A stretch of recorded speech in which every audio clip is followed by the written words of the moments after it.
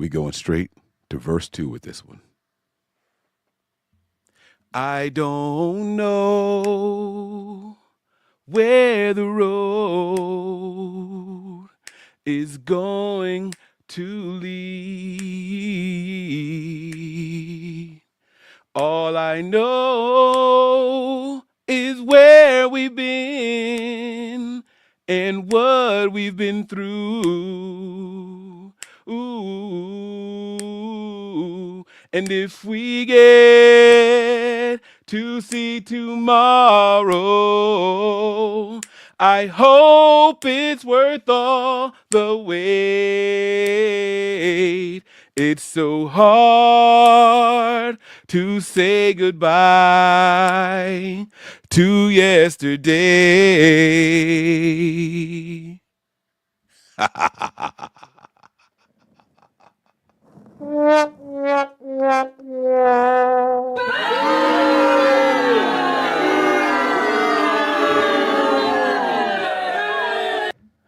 Click, click, boom. What is going on, faithfuls? It's your boy Mike from the Nothing But Niners crew. Guys, we are here. Playoffs are done. It is over. The team is finito. It is a wrap, ladies and gentlemen. Boys to Mike, Mike to men to whatever y'all want to call it, man. Yes, that was all me. That was not a recording. I was just over here having some fun. This is what happens when I get a couple of drinks in my system. Listen, man, the 49ers got flat out embarrassed tonight. I'm going to break it all down, and I'm going to listen to Kyle Shanahan bring his BS to us as well. Because let me tell you right now, it is straight BS.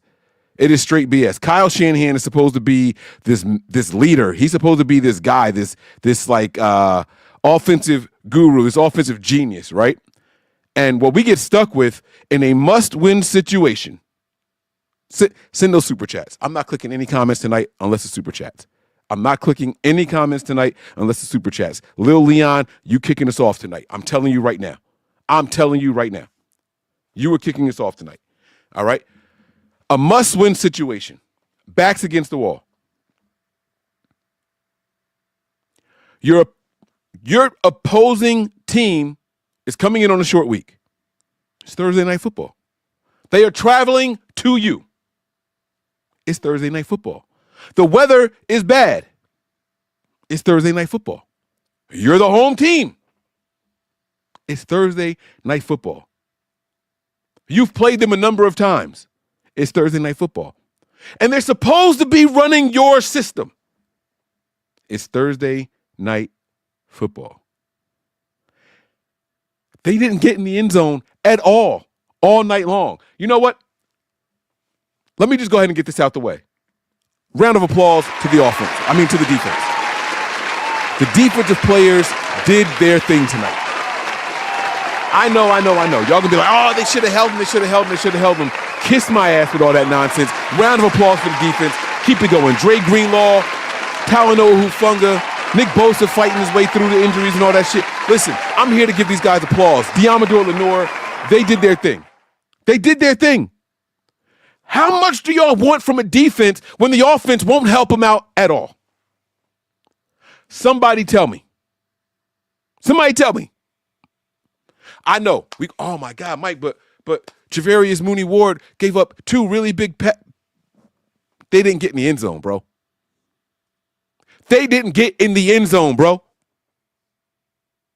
The defense did its job. Every drive ain't going to be 3 and out. You are not going to hold teams in the NFL to 0 fucking points. It's too early for me to be cursing. Ignore that F-bomb. Rewind that. My bad.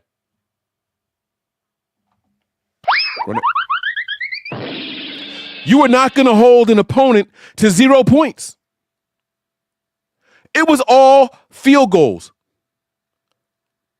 And if the offense could have mustered up or sustained some long drives and got in the end zone just once or twice, we win this game. We win the game. But I told y'all a long time ago, I saw 2 more losses on the schedule. I said the Lions and the Rams. I said it. And I told y'all even about last week, I said I'm picking the Bears, but I know the Niners are going to lose this game to an NFC opponent I mean, they're going to win this game against an NFC opponent because it's only going to hurt us in the draft. They're doing it. The Niners can't even suck the right way. Because you know what's going to happen next week? They're going to go and win. They're going to go and win. They're going to go and win. The Niners can't even suck the right way. Like, they're not even going to try and get the best draft pick that they can get. They're going to go out there with all this time off. They're going to be well rested, right? Because we played on Thursday, and we're going to beat the dog piss out of the Miami Dolphins. On the road. In a pointless AFC game. And we're going to get embarrassed by the Lions. And who knows what's going to happen by week 18. Who knows? Who knows? But here's what I do know. We won a game that we shouldn't have won because it gave us a bunch of hope. And we lost a game that was a must-win because this bum-ass offense couldn't even find the end zone. I know y'all want to blame Debo. Cool. Debo was not perfect, and he dropped what would have been a touchdown pass. That's true. That's true. Brock Purdy. Just absolutely locked in. Absolutely locked in on whoever he was trying to throw that ball to. Interception with the game on the line. Guys, Tony won't agree with me, and Tony, I respect you.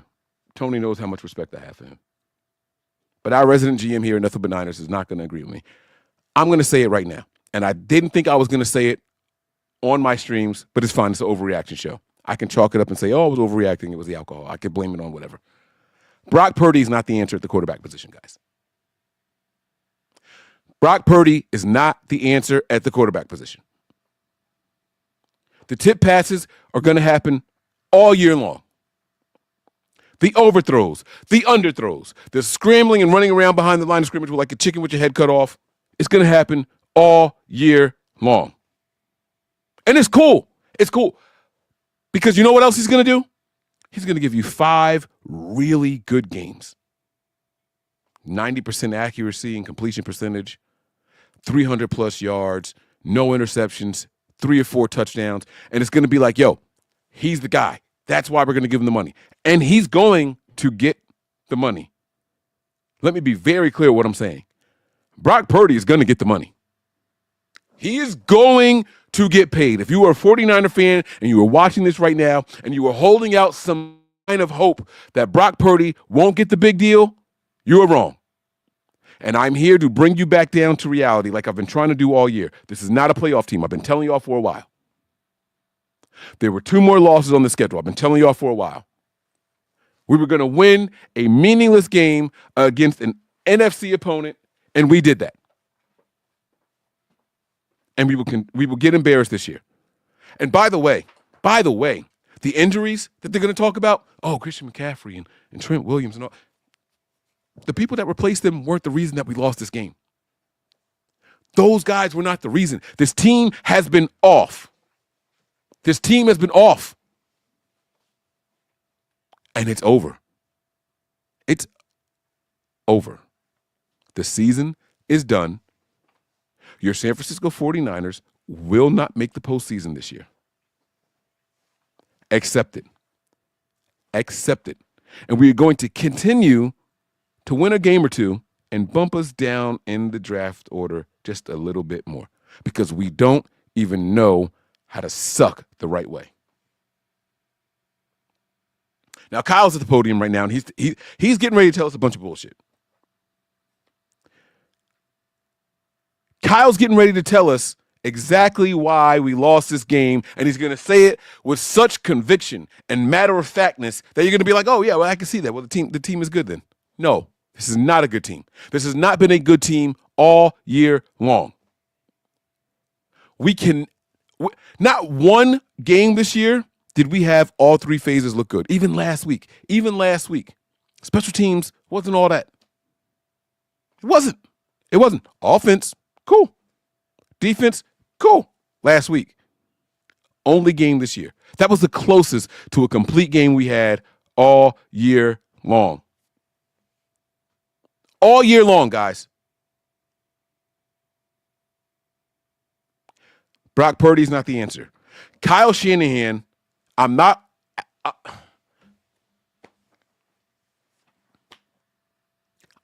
on Kyle Shanahan. He needs to employ people that he trusts so he can focus on the offensive side of the ball. Kyle Shanahan may just be a really, really good offensive coordinator. Maybe. I don't know. Nick Sorensen, man. I'm going to do it like, oh, wait. No. That's not what I want on. Nick Sorensen, man. 2 good games in a row by Nick Sorensen. 2 good games in a row by Nick Sorensen. I'm going to give it to him. I am going to give it to him. I still want him fired after this year. I still want him gone after this year. But damn, Nick Sorensen, 2 good games called in a row. I don't know what's changed. It's too little too late. But whatever energy they focused on Nick Sorensen and that defense, they should have focused some of that shit on Kyle Shanahan. But there's nobody out there in the world, in the building especially, that can check Kyle Shanahan. And so whatever he wants to do is what we're going to do. And whatever he tells Brock Purdy to do, Brock Purdy's going to do it. He is not going to think outside the box. That interception play, there was a wide open running back, number 32, Patrick Taylor, right there underneath. You take it, easy first down. No one near him. Nobody near him. But you're going to force that throw to the right pylon. Interception. Game over. It was a cool drive right before that. I'm cool with a low-scoring game on Thursday. Don't put all that energy out there. Let's just get through this thing. Let's just get through it. 32, right there, underneath, wide open. Nope. Going to that guy over there in the corner. Interception. Brock Purdy is Brock Purdy. And the reason why everybody wrote him off last year as a true MVP candidate, they were right, guys. They were right. If the play calling isn't perfect and the execution from the offense isn't perfect, Brock Purdy is not carrying a team to a win. Brock Purdy is not willing a team to a win. I've seen him do it all of one game in his entire career, and that was the Lions' second half in the postseason. I'll give him credit. For that game. But Brock Purdy ain't it. We saw the return. The prodigal son came back. Dre Greenlaw returned. And man, was he out there busting heads, and he looked great in that first half. It all meant nothing. It meant absolutely nothing. You know what? I'm going to shut up. Let's see what Kyle Shanahan has to say. Fuck it. Let's just see what Kyle has to say. I got nothing else to say here. All right, guys. Injuries from the game. D. Winters had the neck, didn't return. Jair Brown, groin, didn't return.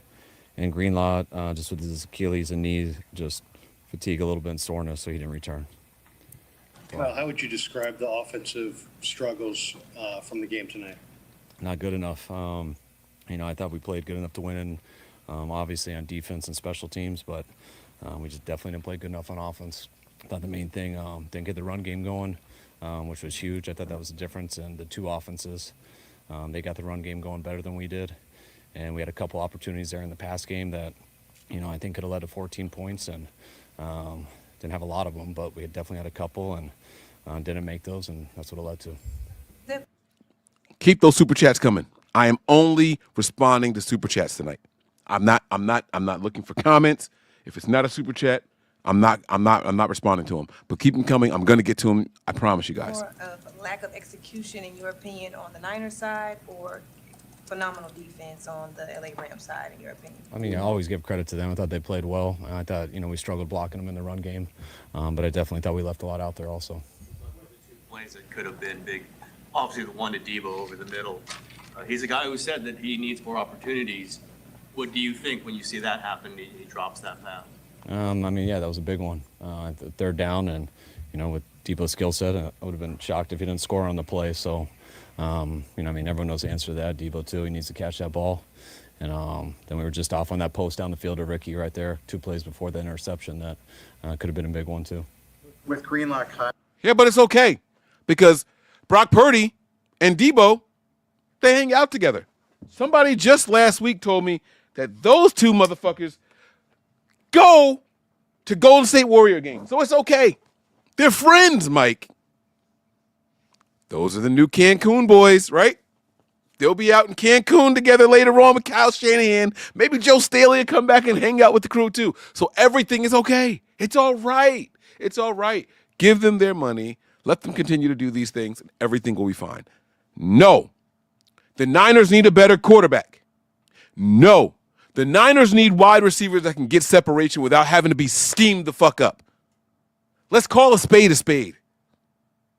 Huh? Let's call a spade a spade.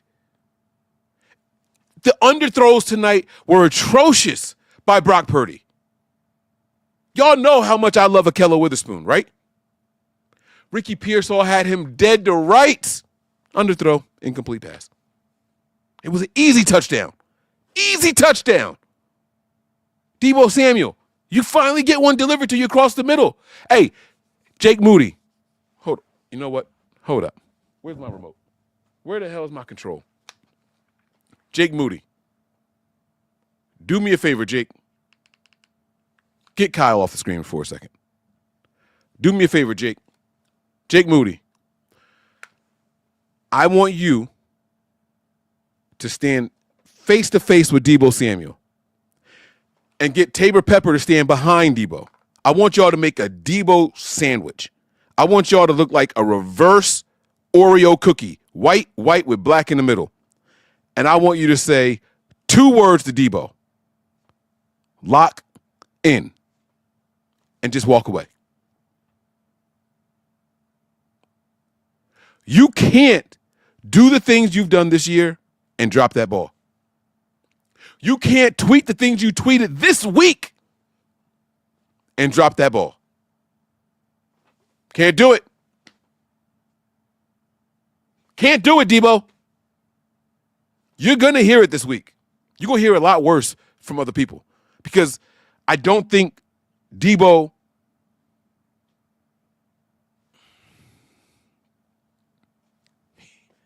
he just want to do too much.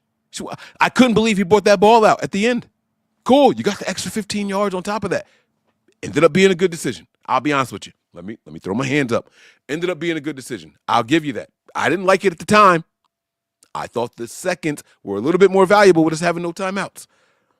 But the return, 40-something yards. Didn't get to the 40, but how far out he came out of the end zone. Plus the 15. Now you get it to the 40-plus. Okay, cool. Cool. I like it. I'll take that one on the chin. That's the only thing you did good tonight, bro. That's the only thing you did good tonight, Debo. Lock in. Moody, I got your back. Tell him, lock in. I got you, bro. I got you. Tabor Pepper's got you. We got you, bro. We got you. Tell him, lock in. Mitch Wisnowski will come off of the injured list just to come and have your back so you can say those 2 words to Debo Samuel. Lock in. That's all I want. That's all I want. Let me get Kyle's bum ass back. No, I'm sorry. I didn't mean Kyle's a bum. I don't mean that. I think Kyle's overwhelmed. I think Kyle Shanahan is a little bit in over his head this year. That's what I think about Kyle Shanahan this year. But I digress. Let me run it back a little bit. Let me hit play. Come on, Kyle. That Debo too. He needs to catch that ball. And then we were just off on that post down the field to Ricky right there, 2 plays before the interception. That could have been a big one too. With Greenlaw, Kyle, it did look like he came out with leg issues. Is there a concern that he tore the Achilles again, or no? He he was unbelievable tonight. And I think we took him off. I'm not exactly sure, but I think we took him out the first 2 series to start the 3rd quarter. I believe he went in 2 plays and just couldn't get it going again, and felt a little tightness and stuff. So we had to be safe with him. What happened with Devondre Campbell? He didn't play, and he went into the locker room at some point. Yeah, he didn't. Thank God we saved Greenlaw. Thank God we saved Greenlaw. I know you're going to think, Mike, that's tongue in cheek, right? Like, no. I mean that. I sincerely mean it. I would have hated to see Greenlaw go out there and give that effort that he gave for this bullshit effort on offense. Maybe not effort, results on offense. I won't say effort. I think Kyle dialed up some plays. And this is why I'm not as down on Kyle as I am on Purdy, as I am on Debo, as I am on the offensive line in the run game, specifically the run game. I'm not as down on Kyle and the play calls. I know a lot of people are gonna say, Kyle, man, you play called like a bitch. Like Kyle, you were calling plays scared. No, Kyle dialed up some shots, and they were there. Purdy missed. I want y'all to really go back and watch the plays that were there for the taking. Every deep throw that Purdy attempted, if he threw it the right way, big play. Or if he just took the check down, big play, less yards, first down, keep the chain moving. Kyle was actually in his bag. But he's got to be disappointed in his players. What I don't want to hear, oh, yeah, we got to make that play. No shit, we got to make that play. We know we got to make that play. But hold their feet to the fire, Kyle. Say the name. Debo, you got to play better. Purdy, you got to play better. Say their names. Say their names with a very strict and direct message. Debo, you got to catch that. Purdy, you got to hit him in stride. Like, come on, man. Not exactly sure, but I think we took him out the first two series to start the third quarter. I believe he went in 2 plays and just couldn't get it going again and felt a little tightness and stuff. So we had to be safe with him. What happened with Devondre Campbell? He didn't play and he went into the locker room at some point. Yeah, he said he didn't want to play today. Play today? Yep. Wait. He did when I asked him why he didn't want to go in. Wait. Oh, shit. What? Are you giving me more ammo? Hold on a second. Devondre Campbell, I don't feel like playing. You know, all right. Let me do it again. Let me be clear with my messages. Let me zoom in here a little bit. Up until this very point right now, I never thought that Kyle Shanahan lost the locker room. Keep those super chats coming. I'm only responding to super chats. I am only acknowledging and responding to super chats. The comments, keep them coming. Devondre Campbell tweeted something after the Packers wanted to move on from him, said, I've been misused, I've been misplayed, and somebody out there is getting a hell of a linebacker. And then he signed with the Niners and said, let's get it. And I said, you know what? He's saying the right things. And it was cool. And all season long, people have been hinting at, people have been asking, Mike, do you think Kyle lost the locker room? They said, Mike, do you think Kyle Shanahan lost the locker room? And I said, no. I just don't think that Kyle's a motivator of men, which is what a head coach should be, right? Like, Kyle Shanahan can call plays. And Kyle Shanahan can get offensive players to buy into the message. He can get offensive players to buy into the scheme, to buy into the game plan. We know that. But is he a good head coach? Can he motivate men? And I just don't know if Kyle Shanahan is a motivator of men. And then you give me this nugget. Then you tell me that Campbell just straight up said, I don't want to play today?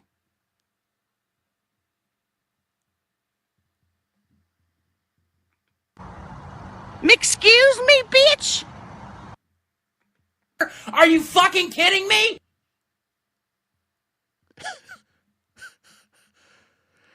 Campbell said, I don't want to.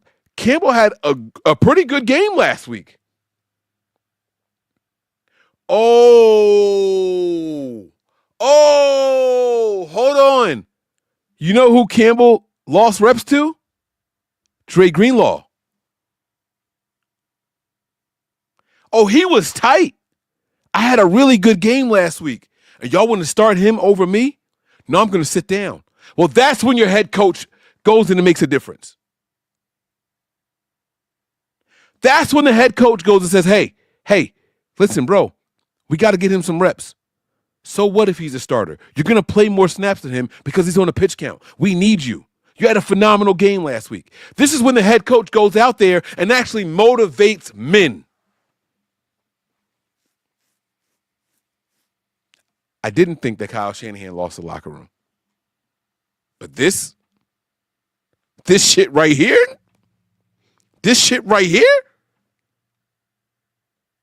saying that at the podium,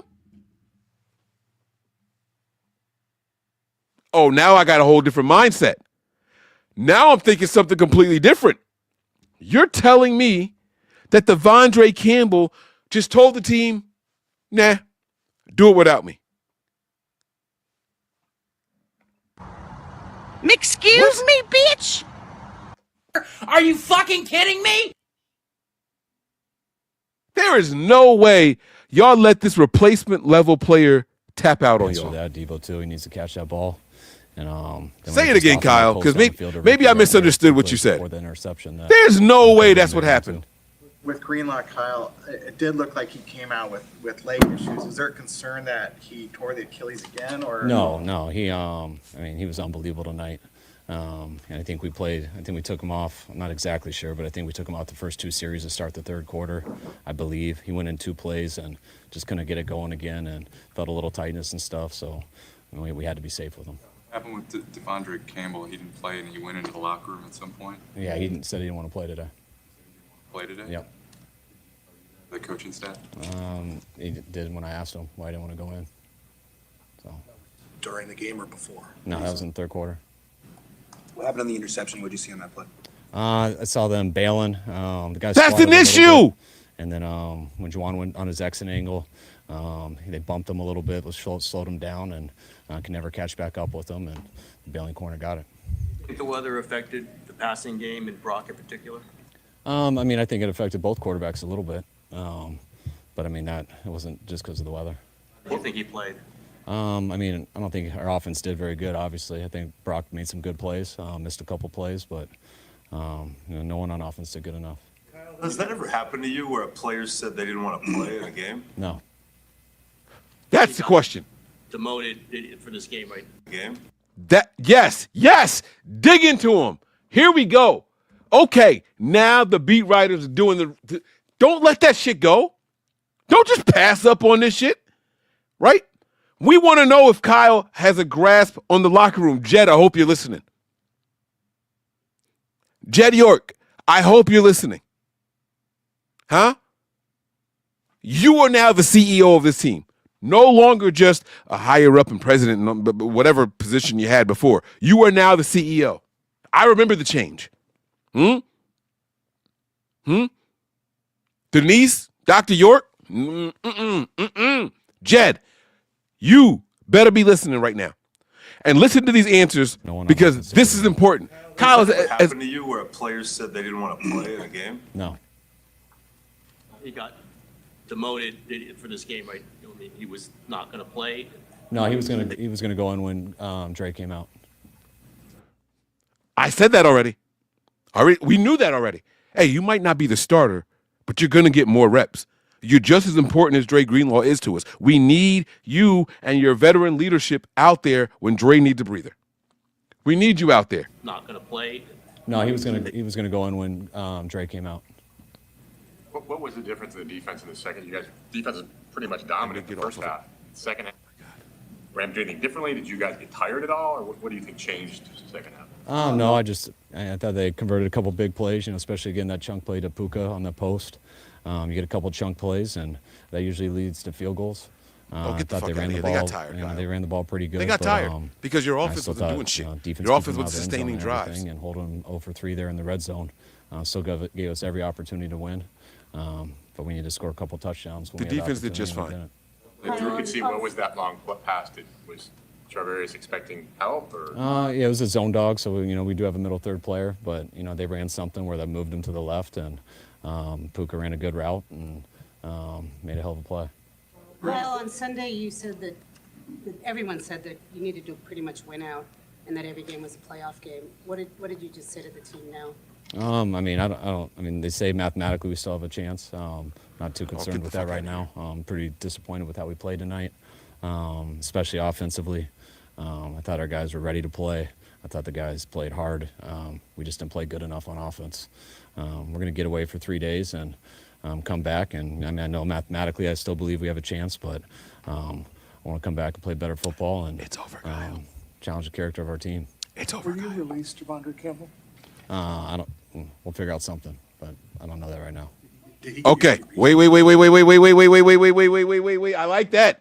Now that I like that. I like that. Do not let this go unpunished. Kyle Shanahan, if you don't cut this sorry motherfucker right now, you are on the clock. I like that. And I like that you didn't answer the question to the press. I like that too. I'm holding Kyle's feet to the fire.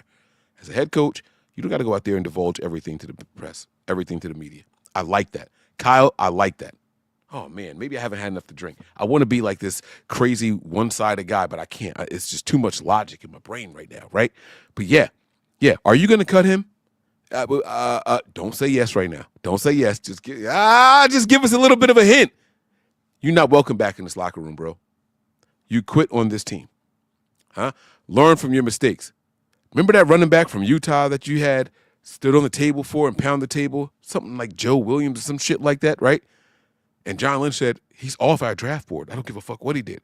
And then you went back and said, no, but we can get something out of him. And you never got anything out of him. When players quit on your team, it's fuck them. It's fuck them. Get them out of here. Now, the defense didn't need him tonight. Defense played just fine. But it's the principle, Kyle. It is the fucking principle. If you don't cut this man immediately after this game, I'm judging you. This will be the straw that breaks Mike's back. And I will be saying we need a new head coach. I can tell you who wouldn't tolerate this on his defense, D'Amico. I can tell you who wouldn't tolerate this on his defense, Robert Saleh, Nick Sorensen, Kyle Shanahan. I am talking directly to you two motherfuckers. Get Devondre Campbell the fuck out of this locker room. Huh? I've seen this before.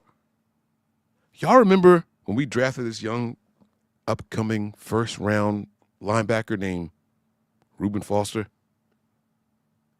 I remember. It was the same regime. And they said, hey, Bowman, we want you to train him to be.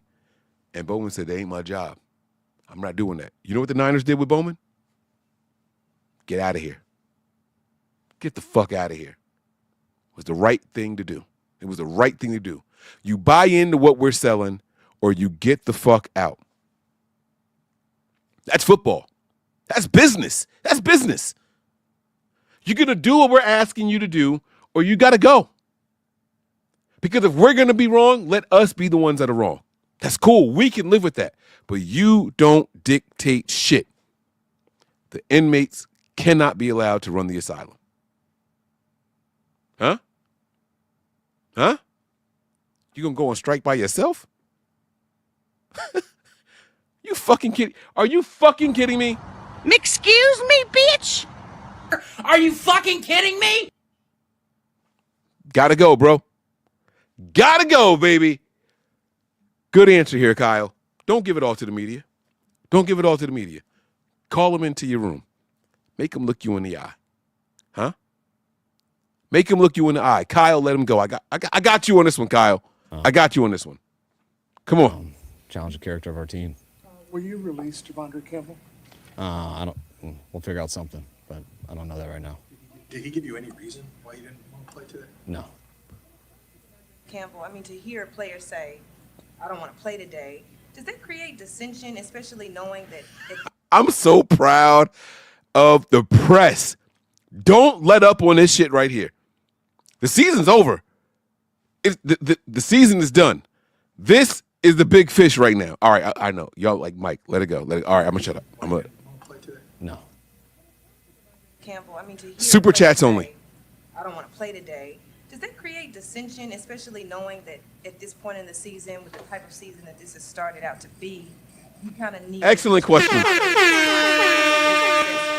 that create dissension amongst the team, or did it not really affect anyone? No one really noticed. Excellent question. People notice, but when someone says that you move on. You don't deal with that anymore. First play was to Debo. It was targeted 7 times. Was there intent to get the ball to Debo? I know there always is, but even more in this game? No, absolutely not. I mean, he had the same amount of targets. Gone to 3 different people. Depends on the coverages and stuff. And Debo got the listen. I know y'all want to sit here. I too am disappointed with Debo's performance tonight. Not the effort, the performance. I sincerely believe he wanted to catch that ball and house it. I sincerely believe if he caught that one pass, he would have housed it. But for those of you out there who are saying they forced the ball to Debo, it's forcing the ball to just stop. Just because he got the first target of the fucking game doesn't mean that they forced the ball to Debo. He got probably less targets than George Kittle and Jawan Jennings. Like, guys, stop it. Stop it. All right? So, no, we didn't force shit to Debo. He got the average amount of targets that a top 2 or 3 offensive weapon is going to get in Kyle Shanahan's offense. So, like, this is some bullshit. Did he do what he was supposed to with those opportunities? No, I'll give you that part. You want to be mad at what he did with the opportunities? Cool. But what I won't allow y'all to do is say that my head coach and my offensive play caller and Kyle Shanahan forced the ball to Debo. That is an untruth. That is a false truth. You understand what I'm saying? That's a fucking lie. Their intent to get the ball to Debo? I know there always is, but even more in this game? No, same as usual. I mean, I could have gone to 3 different people. Depends on the coverages and stuff. And they walled the inside slant. It goes to the outside slant. And thought Kelly made a good play on it. They played a fair amount of press man, it seemed like. Why do you think that's been a challenge, for the offense to beat this season? I mean, I don't think they did a ton. They mixed it up. They were mixing up zone and man, which is what they do every week. So I don't think we got more of it than what they usually do. So sometimes we did it, but not enough. With Devondre opting to not go into the game, what do you need to do to ensure that you don't lose the rest of the locker room? I haven't lost anybody. That's somebody who doesn't want to play football. You need to do. I think Kyle's answer is bullshit, but what a question. What a question, huh? I like it. I like this question, and I like the answer. I don't agree with the answer because, Kyle, you're about to lose the locker room. I'm going to be honest with you. You're about 3 more play calls from losing the locker room. I don't agree with you, but I like the answer, and I love the question.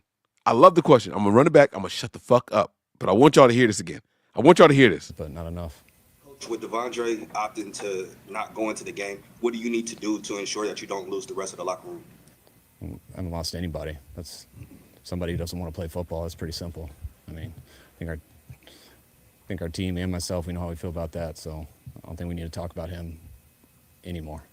The interception Brock threw. What was your evaluation of the decision there? Obviously, the outcome was what it was. But Sorry, y'all. My head coach Kyle said, I haven't lost to anyone. That's just one person that don't want to play football. Way to hold it together there, Kyle. That right there. You guys ever there was this a video going around on social media this week that I saw, and I don't know, maybe it's an old video, I don't know, but it's like Italian people. It's a bunch of different Italian families, and every one of them, it shows they like a significant other or another family member. They got a pot of boiling water on the stove, and they got the pasta in their hands, and they're about to break it. And like the real Italian people, no, you don't break the pasta. They're flipping out on them, right? It's like, hey, no, you don't do that. You break the pasta, you break my heart. It's like this Italian expression. I don't know shit about shit. I'm not Italian, right? But the purpose of the video is just to show, like, there's just certain things you don't do, right? You gotta keep the pasta together. It's gonna go in the pot. It's gonna get limp, but you don't break the pasta. If it's too big, you figure it out when it's on your plate, right? If it's too much, you figure it out when it's on your plate. But what you don't do is just break it down while you're preparing it. You don't do that to the pasta. This is what Kyle is doing right here. I haven't lost shit. That's one person that quit. Fuck him. I don't even want to talk about this bum-ass player no more. Fuck him. I'm with you here, Kyle. I'm with you. Keep your pasta together, bro. Huh? Keep your pasta together, Kyle. I like that shit. Let's go, baby. So I don't think we need to talk about him anymore. The interception Brock threw. What was your evaluation of the decision there? Obviously, the outcome was what it was, but what was his read through on that play? Sorry, we said again. Interception Brock threw. Yeah, we were hoping for man coverage. It was single safety, and you can't tell whether it's off man or bump. So the guy stuttered. Juwan ran a stutter go, and the guy buckled his feet a little bit, and so Brock threw it up and tried to give Juwan a chance. And as Juwan was exiting, he ran into him a little bit, which slowed Juwan down. And then there was only the corner there, so it's an unfortunate play. Early on, Purdy had a few passes that were, in the first half, you guys were playing well, but he had a few passes that were overthrown, some that were underthrown. Do you think that was more of a weather thing or just Purdy just struggled? That was just Purdy, bro. I think a little bit of both. I mean, I think Nah, we saw the that was other Purdy. quarterback on the other side go through the exact same things in the first half. So I thought Brock made some really good throws in the first half too. So No turnovers, from a throwing no standpoint, sacks. I thought, in those circumstances, I thought we were throwing the ball better in the first half than we were running the ball. I think we got that explosive to Kittle. I think we had a third down to Juwan, I believe, and a couple drops in there too. So, I think it was a little bit of everybody. The last 5 games, I think Debo had like 120 total yards, just a worst stretch of his career. You put your finger on just why he wasn't effective here in this last stretch? No, I mean, he would have improved those stats catching that one ball. But stats are stats, and he had a hell of a kickoff return there at the end, gave us a chance at a Hail Mary, but no, I'm not explaining stats. With the linebacker core, you were down winners. Obviously, no Campbell, no Greenlaw. Flanagan Fowles played a lot. It looked like he cramped up even at some point. You needed a lot out of him today. Yeah, I mean, with Dre going down and one linebacker quitting, and then losing D with his neck, put more on Flan, and I thought he stepped up and played well. And always when I see the tape, I'll know for sure. But I thought everyone on defense played very well today. It's a really good offense with some good players, and they kept them out of the end zone all day. Okay. Yeah. Seemed to come out for at least one play. Was that his ankle acting up on him? I don't remember. Yeah, they didn't tell me on it because I think he went back in the next play. So I'm not sure what he got dinged or something there on that play, but he was in the next play, so he was fine. That's good. All right, thanks, guys. Kyle couldn't wait to get the fuck out of there, y'all.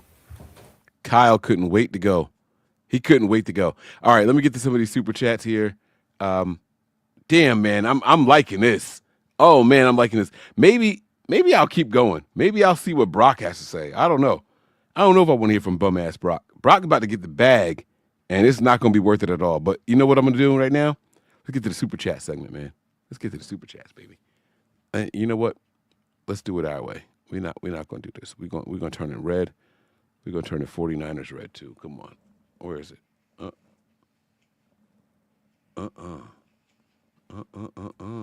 Yeah, there we go. There we go. Let's get to these super chats, baby. Y'all been keeping them coming. Let's go. Lil Leon says here, Debo talked all week about not getting the ball, only to play shitty. Purdy had Ricky Pearsall open and throws Juwan Jennings double covered. This loss is on the offense. Man, Dion, hold on, man. Hold on. First, let me give you a ching-ching for the super chat. Let me give you your bomb for the comment. This is 100% on the offense, bro. This loss is 100% on the offense, man. You said it, bro. You said it. Kyle said it. Kyle said it. The defense kept them out of the end zone all day. They did enough to win, even with a player quitting on them. Even being down 4 linebackers because of a motherfucker quitting. The defense played well enough to win today. Kyle owned it. He owned it. Huh? And that's what you want to see. You want to see him own it. It's too little too late. And you might be losing this locker room. If Campbell quit on you, Mr. I just need another chance. I've been misused and abused. Somebody out there got to get me. It's over. It's over, bro. Let's see how they finish now. Now you guys want to know, you want to measure Kyle Shanahan? See how they play down the stretch. With the playoffs being out of reach. I know what he's going to tell you. We're not mathematically eliminated. It's true. The Niners have a 12.5% chance at making the postseason, guys. 12.5% chance. He's right. We're not mathematically eliminated, but that shit is over. Go buy a fucking Powerball ticket. You got a better shot at that. You understand what I'm saying? Like, and obviously it's better odds of making the playoffs than hitting the lottery. But I'm saying, go buy a Powerball ticket. Like, that's what we're talking about here. That's what we're talking about here, guys. Right? You want to measure Kyle? You want to see if he's going to lose this locker room? See how they play for these remaining 4 or 5 games. Now we're going to see. Now we're going to see what's left. We got 3 games left this season. We got the Dolphins, the Lions, and the bum-ass Cardinals. And I'm going to Arizona. I'm going. Flight's already booked. Airbnb is booked. You know what? Fuck it. I'll say it right now. I'm not even going to waste time going to the game. Party at my place.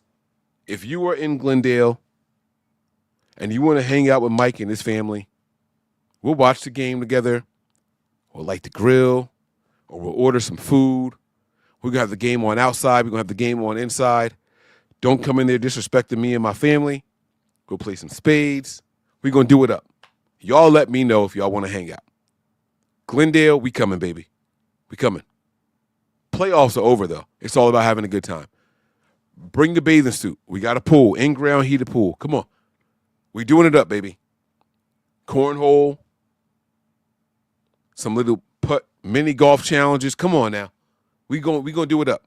Connect 4. There's an arcade on the inside. I got a nice spot. In Glendale. Come on.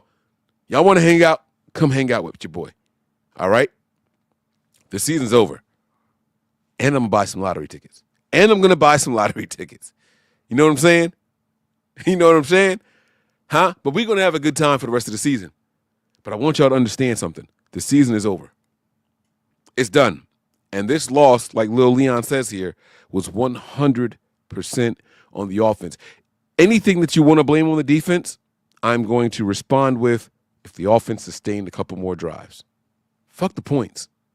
Just last a little longer on the field. Where was the offense the whole second half? We got 6 fucking points, guys. 6 points. 6 points. We were in field goal range only 3 times today. Only 3 times. One time, it resulted in an interception. No turnovers by the defense. Could have been better. Cool. No sacks by the defense. Could have been better. True. They didn't get in the end zone. They were in the red zone 3 times. The Niners had some stupid streak of allowing teams to get in the end zone once they got into the red zone. It was a crazy streak. They talked about it during the broadcast. You know what they didn't do tonight, though? 3 different times. Once they got into the red zone, no end zone. The defense did their part. And they would have been better if the offense could have sustained some drives. If the offense could have scored some points. Now, was the defense perfect? Absolutely not. I counted 5 interceptions that our defense dropped. 5. And 2 sacks they should have had. They weren't perfect, but they were damn sure good enough to win this game. Leon, you're right. All right? All right. Next one's here. Boust the Gamer. Give you a little ching-ching here. If Debo was on this team next year, I will be sick. We tried to force-feed Debo all game. He gave us 3 receptions for 16 yards. Pathetic. Boust, I don't think we tried to force-feed Debo. I don't think Debo got any more targets than any of the other big 3 that are left on the team. I don't think he got any more targets than Kittle. I don't think he had any more targets than Jawan Jennings. I don't. I just don't. The force feed thing, I'm not there. Disappointed with his production, I'm 100% with you on that one. 100% with you on that. So I hope you understand what I'm saying. I'm not trying to be mean. I'm not trying to be rude or anything like that, Bouse. But he dropped the one. That one play would have been a big play, and nobody would have been complaining about what Debo did, especially if he got that return at the end. That same exact return plus the 15-yard penalty. We wouldn't have been saying shit about Debo. We'd have been like, oh, yeah, he's back. There he is. He needs space and opportunity. He dropped one. He dropped two. He underperformed, yes, but we did not force feed Debo. That's the thing. Like when we go through this and we start reacting, we start talking. When you guys leave this chat, all 250 of y'all watching right now, when you guys leave this chat, walk away with something that other people don't have. Walk away from the we force-fed Debo take. People are going to run with it because of the first play of the game. Oh, they gave Debo the ball in the first play of the game. So what? Somebody's got to get the ball on the first play of the game. Has to happen. So what that it was Debo? It's okay. He didn't get any more opportunities than anybody else in this offense. None of the big players on the offense. None of the veterans on the offense. It's okay. All right? But he definitely disappointed with his opportunities. We got another one here. Greg Vinto says, love to see Fred Warner out there with Greenlaw. Me too, man. You know what? Let's give that a bomb right there.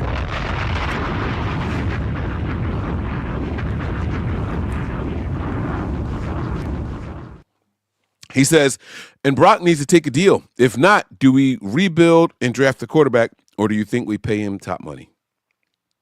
Unfortunately, Greg, I think Brock is going to get top money. Do I think he deserves it? No. I don't. I am out on Brock Purdy. I'm out if he's making $50+ million a year. I'm out. He's not worth that kind of money. I'm sorry, not sorry. There was this thing going around the NBA when Michael Jordan was active. People were like, oh, the cap is going, the space is going up, and we can get more money and all that stuff. And they said GMs were asking players, are you better than Michael Jordan? And the players would be like, no. Well, then you're not going to make the money that Michael Jordan makes. Why isn't that the standard? Just because the salary cap is going up doesn't mean we got to give these guys more money or the same money as these other guys, right? I'm with that mindset. Unfortunately, that's not the way the NFL works. The NFL is completely different. The position is tied to a percentage of the cap space. You're either a starter or you're not. You're replacement level or you're not. You're a backup or you're not. That's it. And if we peg Brock Purdy as a starter, he's going to make between $55 and $60 million a year. I don't think he's worth it. I don't think he's taking a deal. I don't think his agent is going to let him take a deal. We are going to overpay Brock Purdy. That's it. If it was me, he's playing his fourth year on his deal. We got the tag. We got another tag. I would Kirk Cousins the fuck out of Brock Purdy. I'm not just giving him a bunch of money. I'm sorry, I'm not. I don't see Brock Purdy is worth $50 million a year right now. I don't. That's me. That's just me. All right, Greg? So I hope I answered your question directly. I just don't see Brock Purdy as that guy right now. All right? All right. 805 is in the building, baby. 805 Blackbeard says, if we can't re-sign Mason, talking about the running back, Jordan Mason, do we sign Mitchell for cheap? Good question. If I'm the 49ers, I am going to Jordan Mason, and I am begging him to stay. Over Mitchell. Hear me out. Over Mitchell. But if he can't, to answer your question directly, oh, yeah. I offer a little change to Elijah Mitchell. Yes, I do. Yes, I do. Give me one of those two guys, and I think we're going to be okay. CMC is coming back, y'all. Isaac Orindo, he's going to be just fine. You need one of those two guys, though. You need one of those two guys, and you know that you can trust all three of your running backs, no matter the down, no matter the situation, no matter the distance. Those are your guys. Those will be your guys for the next 3 years to come. You can do it. You can do it with those three. So I'm with you. I go to Mason first because Mason doesn't have this long injury history that Elijah Mitchell has. You definitely want the healthier guy over the other guy. And then if he says no, he wants to test the waters, and he deserves it. I'll be honest with you. He deserves to test the waters.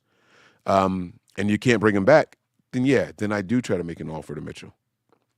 He says, who do you like in the draft? I'm not there yet. I haven't started my draft research. I hate when people ask me the draft questions, not because, oh, man, they asked me draft questions. Fuck them. No, it's not that. It's that I haven't started my draft preparation yet. So I hate because I can't answer for you. I would like to give you an answer, but I'm not there. I'm sorry. All right. He says defensive tackle or edge would be my choice for our first round pick. I'm not mad at that. Either way, you're going on the defensive line. I'm not mad. I could see that being a thing. I wouldn't be mad if they went offensive line. I wouldn't be mad if they went wide receiver. I wouldn't be mad if that's about it. I think it should be offensive line, defensive line, wide receiver, maybe quarterback. But we'll talk about that another time. All right. JP hella hard. What's up, big dog? This offense been trash all year, G. Why act this? Bro, I've been saying it. I've been saying that this offensive line is trash. So let me be clear. I mean, not the offensive line, the offense. The offense has not lived up to Kyle Shanahan expectations. Brock Purdy has let us down. All year long. All year long. I'm not beating around the bush. I said I think Kyle's overwhelmed. I think Kyle Shanahan is overwhelmed. He needs a little bit of reprieve. He needs somebody to come in and help him. I'm with you, bro. Greg Vento was back for his second one, and for the second one, I'm dropping bombs.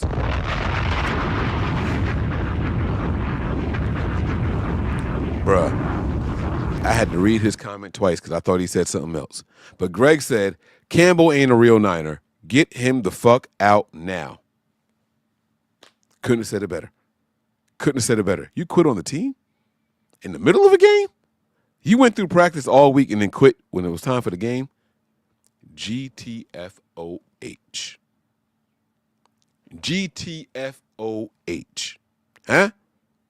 My acronym people, type it in the chat. Let me know y'all with me. Let me know y'all know what I'm saying, huh? Come on now. Here we go. Brandon Trejo, what up, big dog? Brother is a Green Bay fan. Said Campbell did it there too. See, I don't know about that. I don't know what he did from where he was from. I know that his story was after Green Bay released him, I was misused, I was abused, they didn't value me, blah, blah, blah, blah, blah. He said all the right things when he was a free agent, and the Niners brought him in. But if he quit there, I would have never signed him to this team. And that's a knock on John Lynch. Not Kyle. That's a knock on John Lynch. If that's true, that's a knock on John Lynch. All right, let's keep it moving here. Niner Cali boy with his first one for the night. GTFOH. Hey, there it is again. My acronym people, huh? Get the fuck out of here, Kyle. It's a 0.1% chance. Knock it off. Tell him, Kyle. Tell him, Cali. Come on, man. The playoffs are done. We ain't making the fucking playoffs. Playoffs? Playoffs? Come on, y'all. Y'all know we're not making the playoffs. Stop it, man. Just stop it. JP Hellahar said, explain the defense dropping 4 interceptions. JP, this is your second one, if I'm not mistaken. I was supposed to do the bomb. I hit the wrong button. I'm sorry. I got you on the other one, all right? They dropped. I can't explain it. Like, what the fuck? I don't know how you want me to explain it. They had, in the first, I want to say the first quarter, honestly, there was 3 in the first quarter for sure that should have been interceptions. For sure should have been interceptions. Lenore had 2 of them.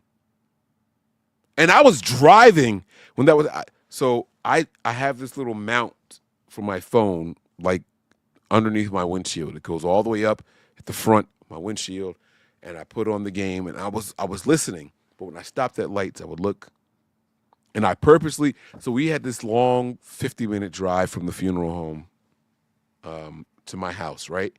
And I took the toll roads off because I wanted to stop at lights so I could glance at the game.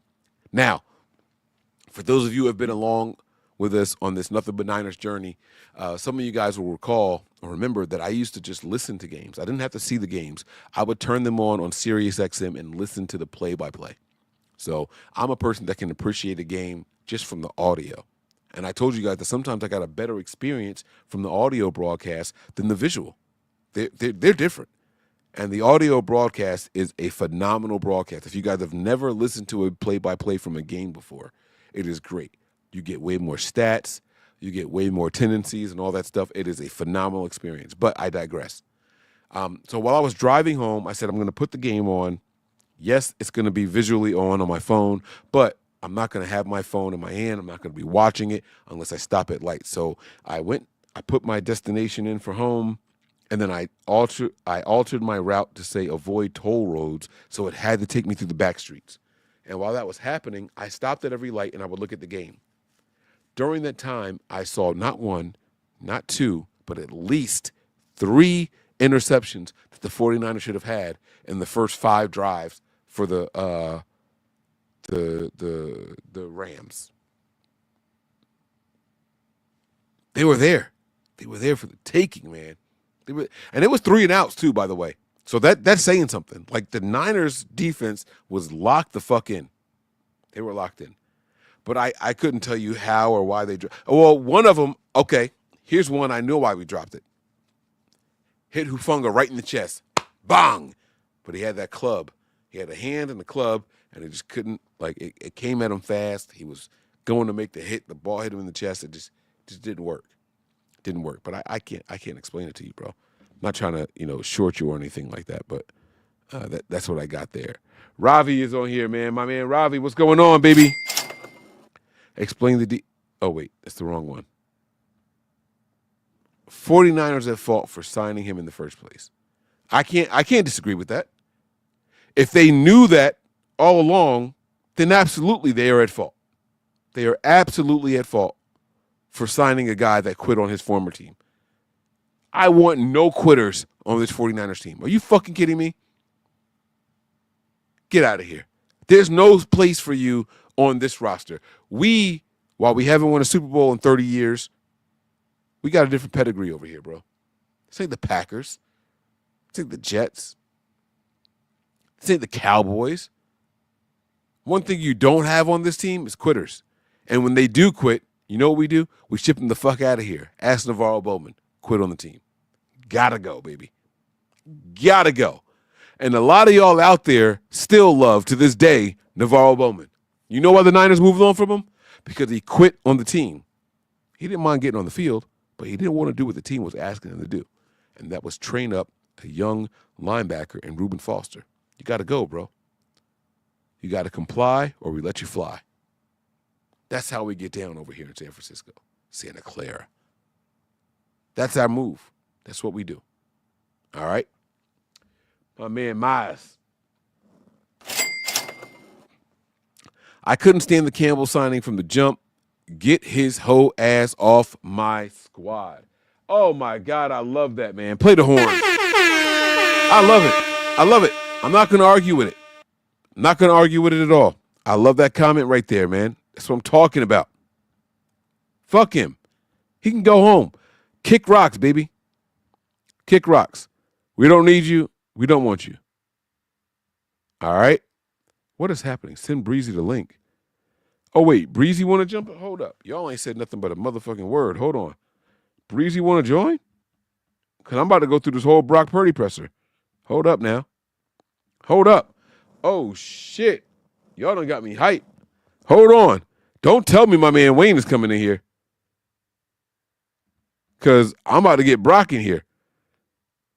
Y'all done turned me up. Nina Cali boy. He said send Breezy the link. Oh, shit. How long ago was this? Did I miss it? I don't know if Breezy come in here, it's gonna be, y'all, we gonna tear some shit up. Oh shit. Oh shit! Is that my man Wayne Breezy down there? What's up, big dog? Yeah, hold on. Let me turn my volume down. Oh, I'm too loud for Breezy. No. I was listening to you. I was texting you, calling you. I ain't see none of that, bro. I'm over here in my zone, man. I'm overreacting. I was about to get to the Brock Purdy stuff. You know what I'm gonna do though? I'm gonna let you get your shit off, man. Is there anything that you want to say before I go ahead and continue the show? I mean, I'm disappointed. Like, I'm disappointed in this team, man. What we saw out there on the football field doesn't even reflect who this team is. Come on. So, granted, if this was, you know what, like even if this was a field goal scoring type of game, like our team couldn't even get into field goal scoring type of situations for whatever the reasons were. And a lot of people, bunch of blame going around, but like overall, this team was trash tonight. I didn't think the Rams played that much better, but the Niners didn't play better than a bad team. So, like, that makes them a worse team. You know how bad the Niners offense was? It was terrible. They made the strength of the team a weakness. Think about that. The defense was the strength of the team tonight. The defense the defense was the strength of the team because they got their pieces back. I kept telling you that the missing piece of this defense needed to play. The moment they did that, they took away the run, forced them to be one-dimensional. They were getting 1, 2, 3, not even 4 yards of carry every other now and then. They forced them to punt the ball 6 straight times, bro. So, like, at the end of the day, like, that's what we were missing. The moment Dre Greenlaw left this game, the defense took a hit. Now, look, I ain't for Campbell quitting on the team and all that bull crap. Like Mooney Ward said, that's some sucker shit. I'm all for that. But it ain't like he was going to make a difference. Y'all been trashing that motherfucker all season long. So whether he played or not, don't make this about Campbell not wanting to play because he was trash all fucking season. So at the end, ain't no wait. That's what it is. Yeah. No, it is a wait. No, there's not a wait. Mooney called out Campbell? Oh, that motherfucker called him. He said that was some sucker shit. He said that was some sucker shit. Where did he say that at? In his interview. Oh, he spoke. In the locker room. Now in the locker room spoke. Oh. That's the same difference. But what was his, did he really say sucker shit? Did he say said that? Sucker shit. He said that was some sucker shit. And then he changed it later and said that was some sucker stuff. Because he know he shouldn't have said that. But it was. It was sucker. Oh, that got me hyped. But at the end of the day, it ain't like the motherfucker would have did anything on the football field anyway. And that's Nick Sorensen's defense is 100% true. Because every time first of all, we played a lot of man defense, and he's terrible in man coverage. So he would have got assed and trashed. And on that last play, in man coverage, I'm sitting there watching it. He not on the field, and the first time he not on the field, we can't even blame him. Because Talanoa Hufanga F that play up. You gave up the first down. You want to, like, I'm not mad at the defense, but when it mattered the most, they couldn't cash in and get off the field. That one last play, they gave up a first down like a 3rd and 7 to a tight end that we ain't never heard of. The offense was trash, bro. Like, the offense is garbage, yo. Like, I don't care if it was a wet ball, not a wet ball. It shouldn't matter. I've never seen a quarterback struggle with wet balls like Brock Purdy, bro. Speaking of Brock Purdy, all right, Wayne, I want you to do me a favor, man. I'm going to ask you to do something that I've never asked you to do live on air before. I want you to share this with your audience on your channel. Why not? We about to get to Brock Purdy's post-game. I'm not sharing nothing on my shit. Nah. That's how I probably They really got you shook. They really got you shook. That's crazy. It ain't about being shook. I'm just going to be different. Like, I'm not going to chance it. Okay. All right. I respect it. We about to bring Brock Purdy in, right? I'm going to go top off this drink. And then I'm going to try to find, you said Mooney said that? Yeah, Mooney said it. Mooney, it's funny that Mooney. I don't even get it. Like, it's funny that Mooney could say something like that, and he was the worst corner on the whole field. Did he quit on his team, Mike? No, he ain't quit. But I don't give a fuck if you suck. You suck. I don't care if he quit. So this, Mike, You gotta be the dumbest motherfucker I know, bro. You just Call me sat dumb. here. I don't give a shit. You I don't just give a sat fuck. here and talked about him not being on the team and quitting, and that's exactly what he said. It shouldn't matter. You don't even play football, so you got I just the right. complimented him. You got the right to say what you just said about Devondre Campbell, but Mooney Ward can't say that shit because he having a bad season. I didn't say he couldn't say it. So what, I didn't what say you, that. you just said? I said I can't believe he That's not said what that, you just- and you he was the just worst got- corner. Why can't you believe a person that's the worst corner say some shit like that? That doesn't make any sense. Because I think that if I'm him, I feel like, yo, I was a liability to my team. It doesn't matter. So I'm not If going to you call did- nobody if you else out. quit I got to on the correct team, my you own quit shit. on the team, bro. You quit. A quitter's a quitter. He called out a quitter. What's the problem? I agree. That's Okay. why I'm happy for him. so You why didn't hear you me even- praise him up? I did hear you praise him up, but now you saying, "Oh, he shouldn't have said that because I didn't he say was he the worst shouldn't. corner." I said I'm you surprised. just said, There's a big difference. I never Bro, said he shouldn't have. all right, bro. I never All said right, he shouldn't bro. have. All right. Words All right. matter. All right. Words matter. Play the Brock Purdy shit and go top off your drink. You got to hear what I'm saying. Words matter. I never said he shouldn't. Play the Brock Purdy. Why you even I'm gonna bringing it play up? I don't even know why. If I'm he gonna said play it, he said but there's it. a He said difference it. It's between done. there's a difference between he shouldn't have said it and I can't believe he said it. If I feel like, damn man, I might have cost my team this game, I don't know if I'm going to call somebody else out. I'm still applauding him for calling that sucker out. I'm just surprised that he did it instead of saying, man, this is my game. I ain't worried about that. That ain't my position group, blah, blah, blah, blah. Like, I know all the diplomatic bullshit that they're going to give us. I'm happy that he didn't do it. He's giving me something to talk about. But there's a big difference between he shouldn't have said it and I can't believe he said it. Okay, go top your drink and put on the Brock Purdy shit, please. Thank you. Yeah. Oh, Brandon Trejo, by the way, he says here, Debo effectiveness went down when he demanded not to be you. Oh, wait, Brandon Trejo, this is your second one. You get a bomb for that. Debo effectiveness went down when he demanded not to be used like a running back too. In my opinion, he will be gone in the offseason. Ayuk is the number one, Pearsall number two by Debo. I still don't quite buy into this mindset, Brandon. I'm sorry, I don't. I don't. You know what Now- I'm over, bro? I'm just over the shit. Like, it's like if Well, Debo, listen, if Debo don't do what he did in 2019, the year he was not 2019, that year he was crazy, then got to move on from him. Like, you know what I'm saying? Like that's the thing. And then he didn't do anything to help himself. Then everything Debo has done, he's dug himself into a deeper hole.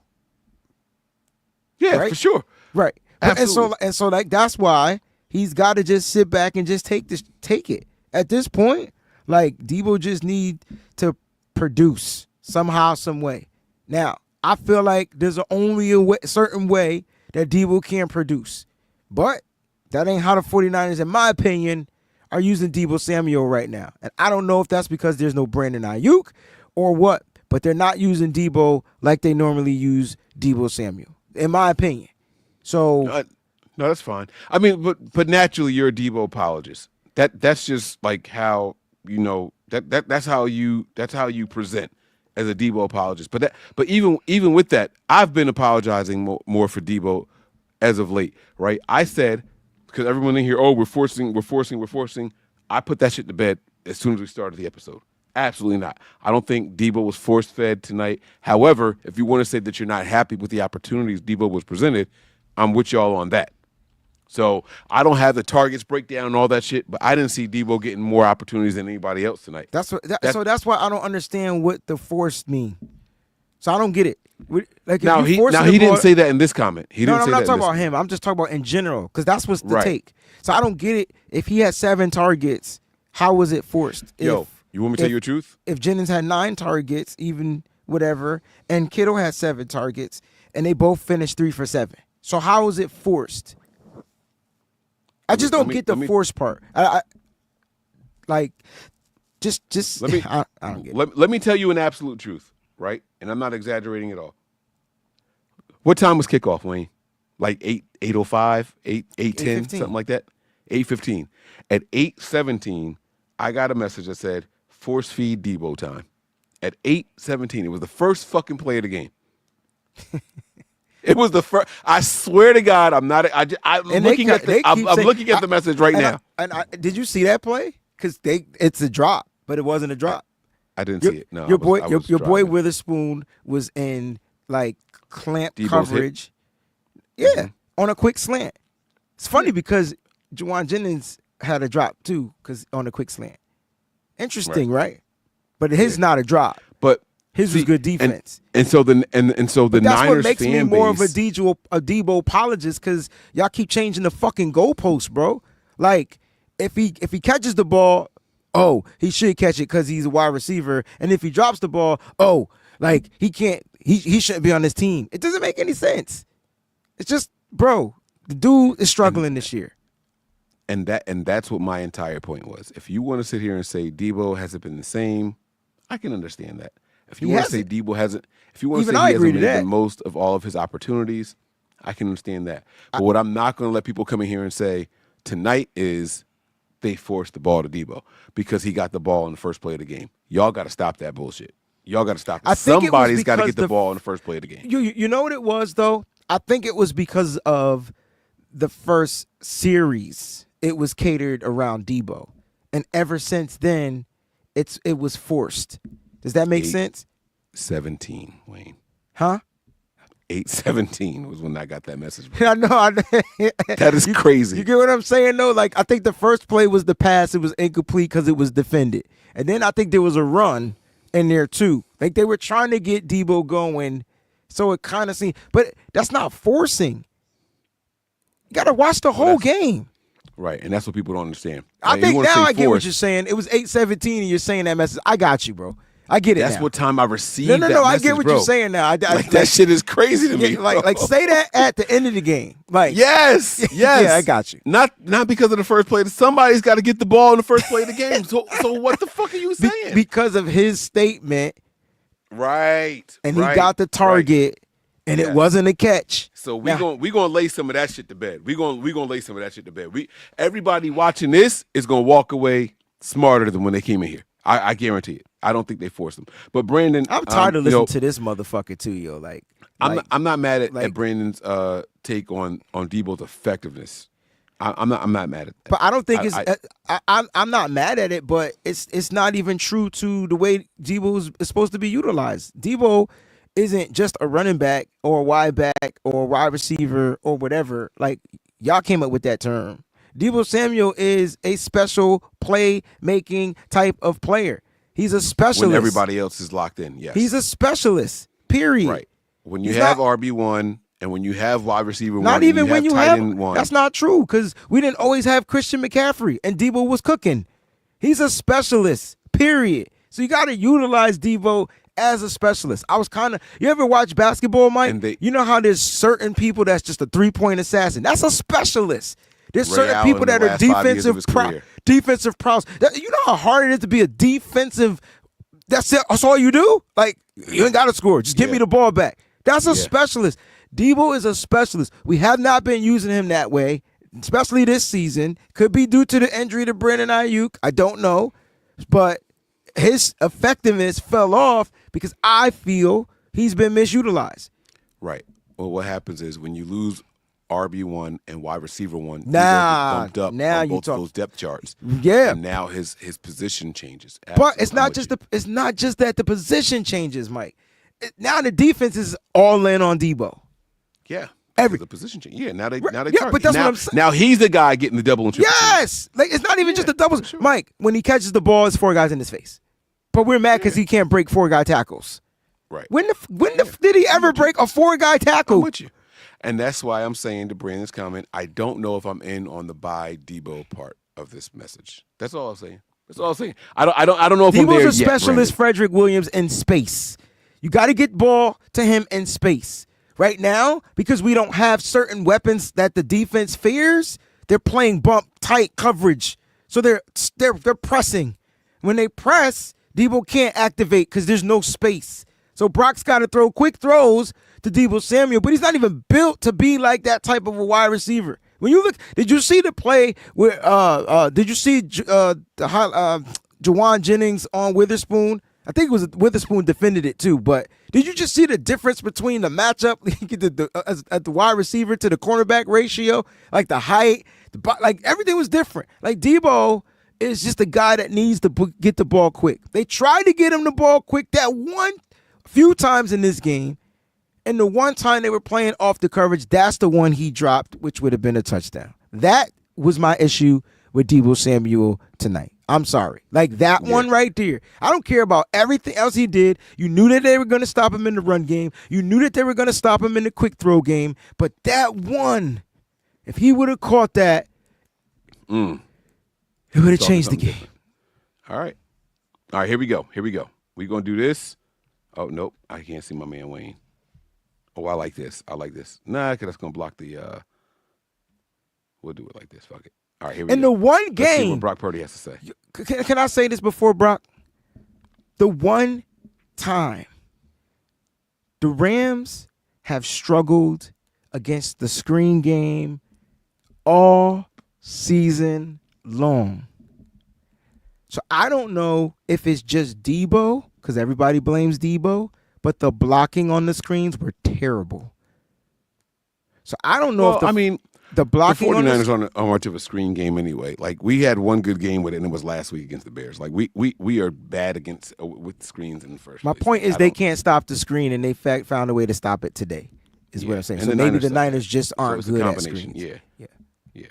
Yeah, I'm with you. They were ready for it because they know that's going to be Deebo's thing, and they were ready for it because the Niners did it well last week, and they thought we were going to do it some more. So, all right, here we go. Brock Purdy time. Wayne, take a look at your WhatsApp chat, and I'll be right back. Let me go grab my Coles and my drink. Look, first of all, Brock Purdy trying to get some 5 o'clock shadow. That's the first thing I noticed already. He trying to show you I'm a grown man now. I got married. I get boxed. Rob, what happened on the interception? We had a double move on with JJ on the outside, and I thought we had the right look with the corner off, and thought we were going to get him, and just in that moment trying to be aggressive and give JJ a shot. And when I let the ball go, couldn't see the whole release of him at the top of his route, but looking back on it, man, 2nd and 11, just be smart, try to check the ball down when I can't see where he's at. So just got to learn from it. How hard is that one to swallow, Brock, just given the situation and the stakes at that moment?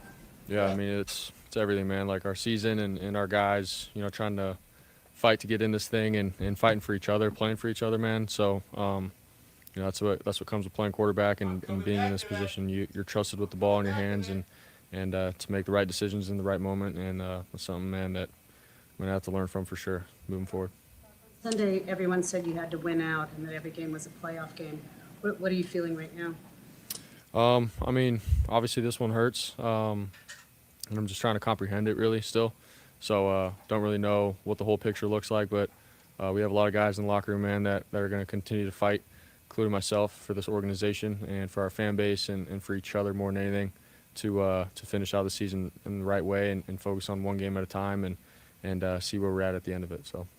Did you know that Devondre said during the game he didn't want to play? Kyle told us that, and how disappointing is that if you didn't know or if you do know that happened? Yeah, I had no idea. I mean, obviously, I'm trying to focus on the offense and where we're at.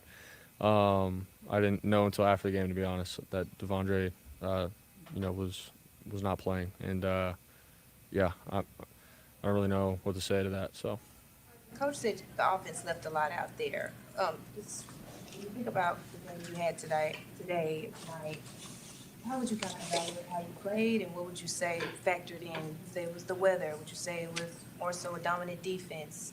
How would you kind of explain it?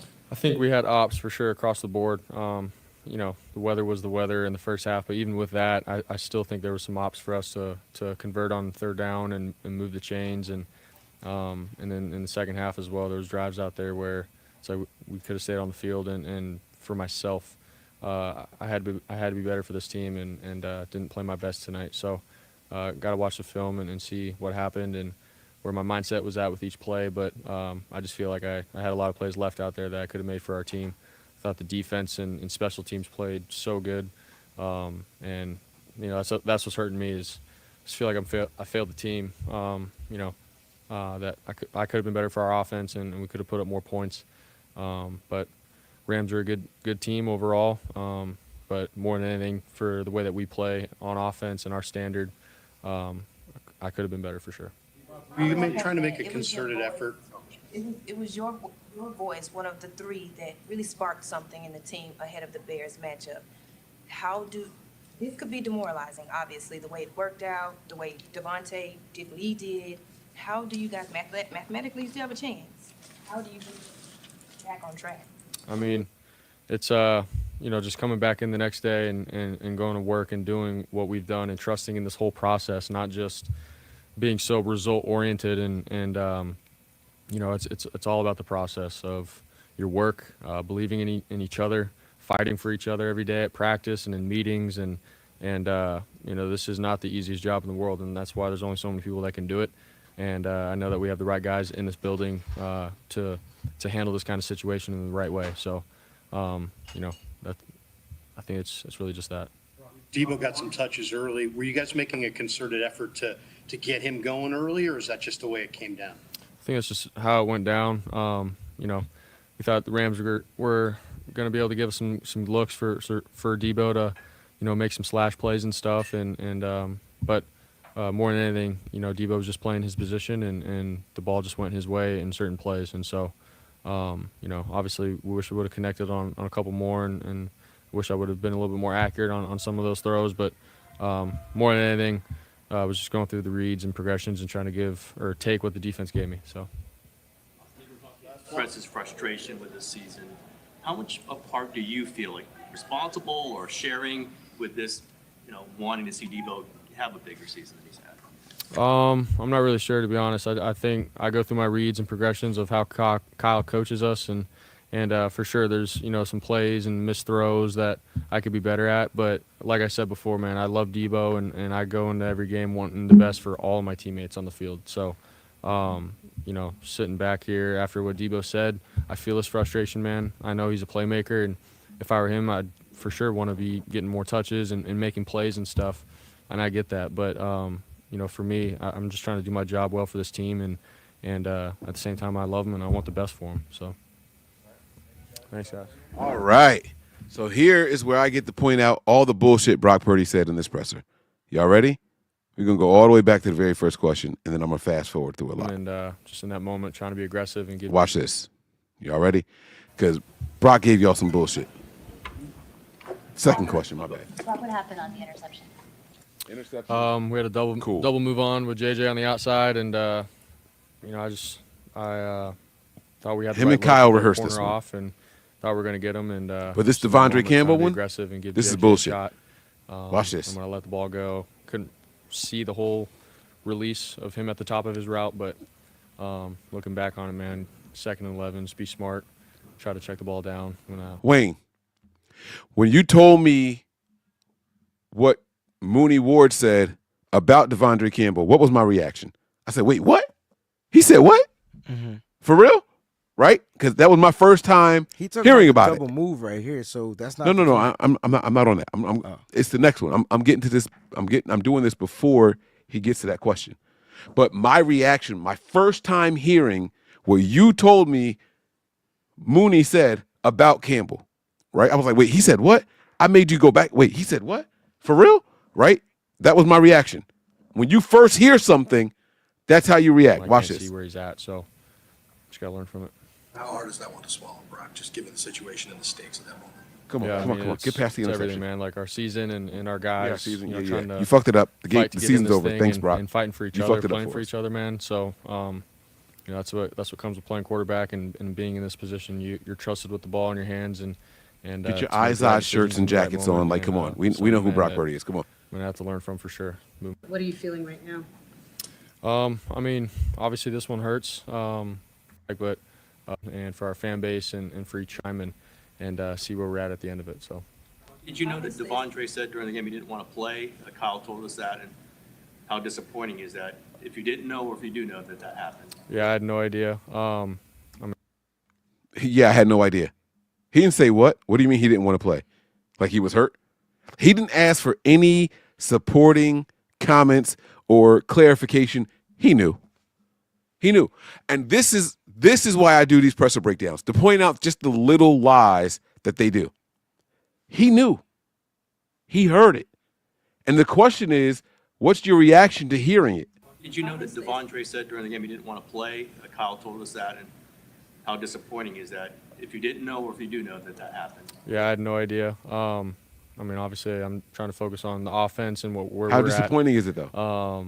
I didn't know until after the game, to be honest, that Devondre, was not Okay. playing. And So yeah, I don't really know what to say to that. So he wouldn't answer the question. And that's what I don't get, right? So it's one thing to say I didn't know. Cool, you didn't know in the moment. I believe that part.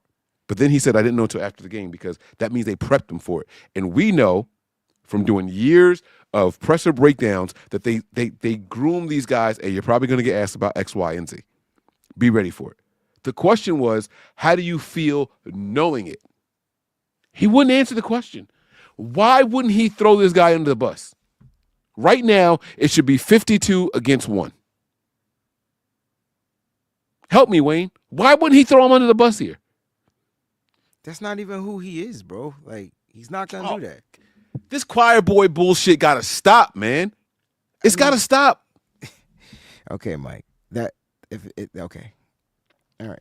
That's not who Brock is. You ask the right person, you're going to get the right answer. You ask this guy, you're going to get the rehearsed answer. Yeah. I know the people that's going to give us the right answer. I know the guy. You think if they ask, never mind. Let me shut The up. offense left a lot out there. I don't even want to. Nothing else he said was really relevant. I ain't gonna lie to you. Like it was all the same shit. I want to hear them ask Fred Warner about this shit. Fuck Brock Purdy. The defense and I don't even. Brock Purdy didn't say nothing worth saying. By the way, defense. Brock Purdy Kyle is. shared with us that I'm gonna say it. For this game, and for 4 other ones this season, Brock Purdy is the sole reason the 49ers lost 4 games this year. 4 games this year. Y'all can argue all you want. It's not often, but the defense gave the offense chances to win games. This is one of those games. Get in the end zone once. Get in the end zone one time. And this game is different. We've had 4 instances of that happening this year, counting tonight. And Brock couldn't do it. I want to hear what Fred Warner has to say. I'm over Brock Purdy. Devondre didn't want to go today. How does that sit with you? yeah, I mean, I don't really want to comment on it much. I'll probably just keep it in house. That's all I'll say about it. See, that's different than avoiding the answer. I have an opinion, but I'm going to choose to keep it to myself. That's different than what Mooney said. That's different than what Brock said. That's different than what Kyle said. But Brock's shit was all, I didn't have much thoughts on it. Bullshit. You have thoughts on that kind of shit, bro. You think on that kind of shit. You feel that. And as the leader of the defense, it's probably best you don't say it because you're going to light a fire. Sunday, you were one of the many people who said you had to win out, and that every game was a playoff game. How do you respond to what just happened? Yeah, it sucks, because that was true. We did have to win out. We didn't do enough to win today. I don't know what that looks like going forward with the playoff hopes and everything, but regardless, you have everything to play for every time you go out there on Sundays, Thursdays, it doesn't matter. You got to go out there and fight every single time you go out there. Like to have Dre back in there with you. It meant everything. We shared a moment before we went out and through the tunnel. Everything that he's gone through in his journey with rehab and thinking about that moment in the Super Bowl and being able to finally go out there and be with him again, it meant everything. And he looked like Dre Greenlaw from the moment. I'm going to take Fred out for a second. Wayne, I got to ask you a question because Brock did just finish up. I want to know your real thoughts on Brock Purdy in the future of the 49ers team if he's at the helm.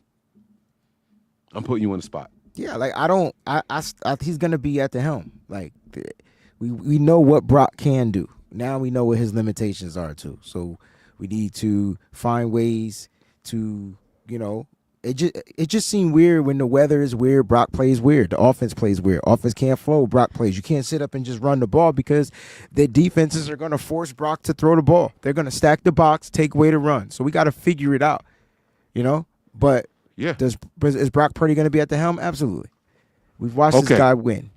Yes. Now, unless it doesn't matter, how we doing Debo. I got 2, maybe 3 follow-up questions for you. 1, are you extending him before next season starts?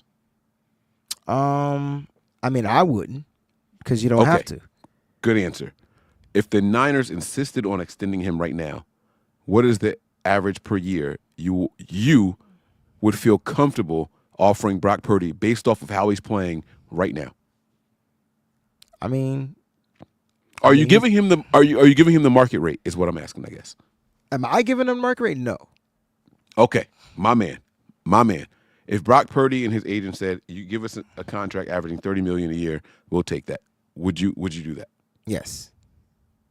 $30 million a year is a deal. That's a deal. And I need Niner fans to understand that $30 million a year is a deal for a starting quarterback. Yes. Now, if I asked you, would you give him 45 or more?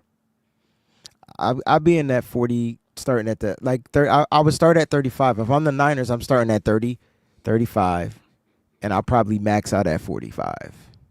But then it's going to be like one of them 10-year deals too.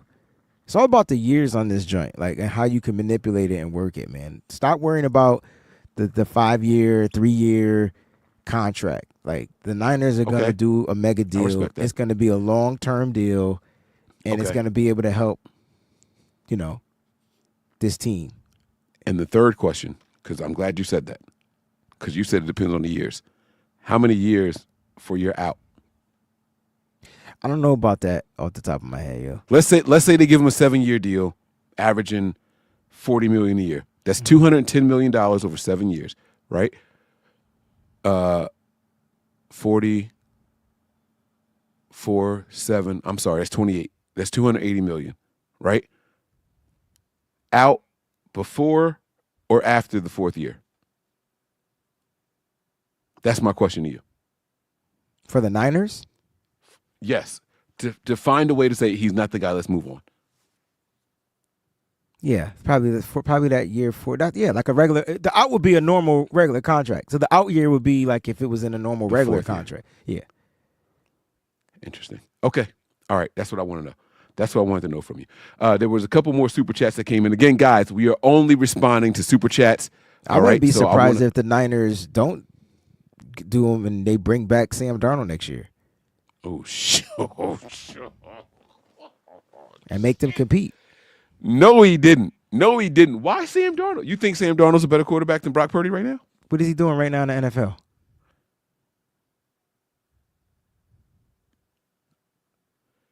Okay. I like that. And you are good, Wayne. He got right here. He learned how to be a quarterback here. Yeah. And then went somewhere. Yeah. He took his talents to South Beach. You bring him on a deal. I mean, you try to bring him on a deal because teams are probably going to sign him. Maybe not the Vikings. Then, I love what you're saying. I absolutely love what you're saying.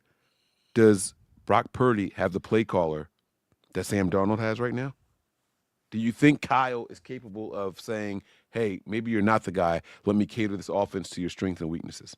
Because we've seen Kyle do it with other quarterbacks. And for some reason, he seems to really believe in Brock Purdy.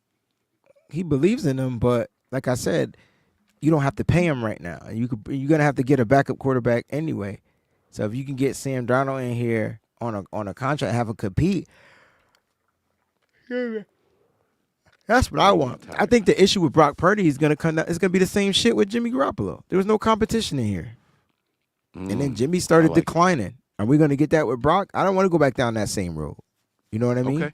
So bring in the competition and let Brock compete. Let's see if Brock can get better. I know one thing Brock don't have over Sam Darnold, and that's the strong arm.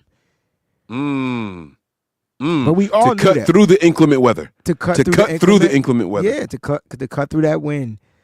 And then he doesn't have, and Sam Darnold obviously has bigger size hands to grip onto that ball. Not everybody, look. Talk your shit, Wayne. I ain't even going to get into his Brock Purdy stuff. But I like Brock Purdy as the quarterback. JP Hellahard has another super chat here. I dropped the bomb on it here. He says, Breezy and Mike, but the offense been trash all year. I think we agree with that. The offense has been a letdown all year long, yeah? Yeah, man, no consistency in the offense, man. The offense, can I say that the offense has been trash in the red zone all year. Because if you follow me on my Patreon, every episode has been with explosive play after explosive play. Now, we got some losses, you know what I'm saying? But the offense just can't score. That's the issue. That's true. So Wayne and I have been talking a lot behind the scenes as we prepare for our daily shows and things like that, right? And by the way, if you guys are watching this right now and you aren't subscribed to Wayne's channel, please make sure y'all look up the Wayne Breezy on YouTube and subscribe. Let me go ahead and put that out there right now. I want y'all to go out there and subscribe to my man's channel. All right.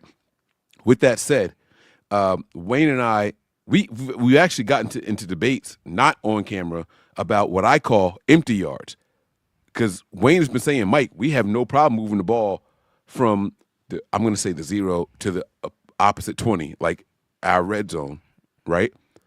And I said, I don't give a fuck if they drive 0 to 99 yards. If they don't get in the end zone, it's empty yards. I don't care about those stats. And you were like, but Mike, they doing it. If you can't punch it in, those stats don't mean shit to me.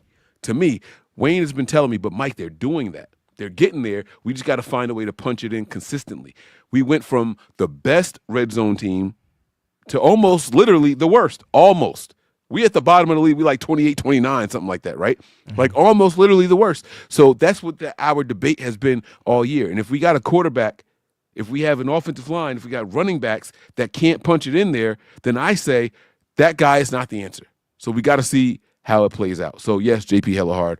We have been disappointed in the offense for whatever reason it's been. Sid Brown, thank you so much. This is his first comment, so let me give him his ching-ching. He says, good to see y'all, fam. We appreciate you being out here in the chat as well. Brandon Trejo is back. I believe this is his third one, so he gets a horn. And he's clapping at us. You're both wrong. Best year average, 15 to 20 touches with 6 to 8 carries. What's that mean? That was the best year he had. He had between 15 to 20 touches a game, I guess. Maybe he's saying. And then he's talking about Debo. He's talking about Debo, yeah. During the negotiation was widely reported he didn't want to carry the ball That's why the usage isn't the same. So he's saying that they're giving Debo what he asked for during the negotiations. I don't want to carry the ball that much. Is that what he's saying? Yeah. But I thought okay. Say it. No, speak it. Don't bite your tongue on this. I'm not biting my tongue, man. These are facts. Like this is. But I remember Debo saying that, and we also had Christian McCaffrey. Nobody was complaining about Christian McCaffrey being the best fucking running back in the league last year. So like we can't have our cake and eat it too. Like you're not gonna use Debo the same way when you got Christian McCaffrey taking over in the run game and the pass catching game. It doesn't make sense. Yeah. And if Debo doesn't get those 6 to 8 carries per game, he's not going to be effective in the run game. He's not. He needs the carries. I agree. I watched Isaac Guerrero get stopped for 1-yard runs the majority of this game.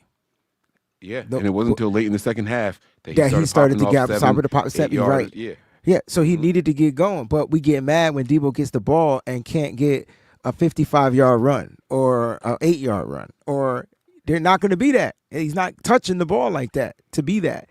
You know what I'm saying? And he wasn't before. Like we would literally find ways. I just feel like Kyle Shanahan's offense has took a drop. Debo in that offense took a drop for sure. But you also think Kyle's miss. Got to change. I think play calling. I don't think the play calling has to change, but I think things within the plays have to change. I think the way people are utilized has to change. I really do. Straight up. Because defenses clearly are in on it's just amazing. Like did you watch the Debo runs today? The first run was right up the middle. Blocking was terrible. There was no hole, but that's Debo's fault. The second one I think was like an outside zone run. He gets the ball and it's four defenders right there. Like but then I watched Isaac Guerrero do it. 4 defenders right there. So maybe they just were prepared for outside zone. It's not Debo. It's outside zone run scheme. So I think scheme and the way we run the ball needs to change. I think that philosophy of how we run it. We need to get back to running the ball. But it's tough because every time Kyle Shanahan's offense comes out there, because we watch Buffalo's offense be able to run on this defense, right?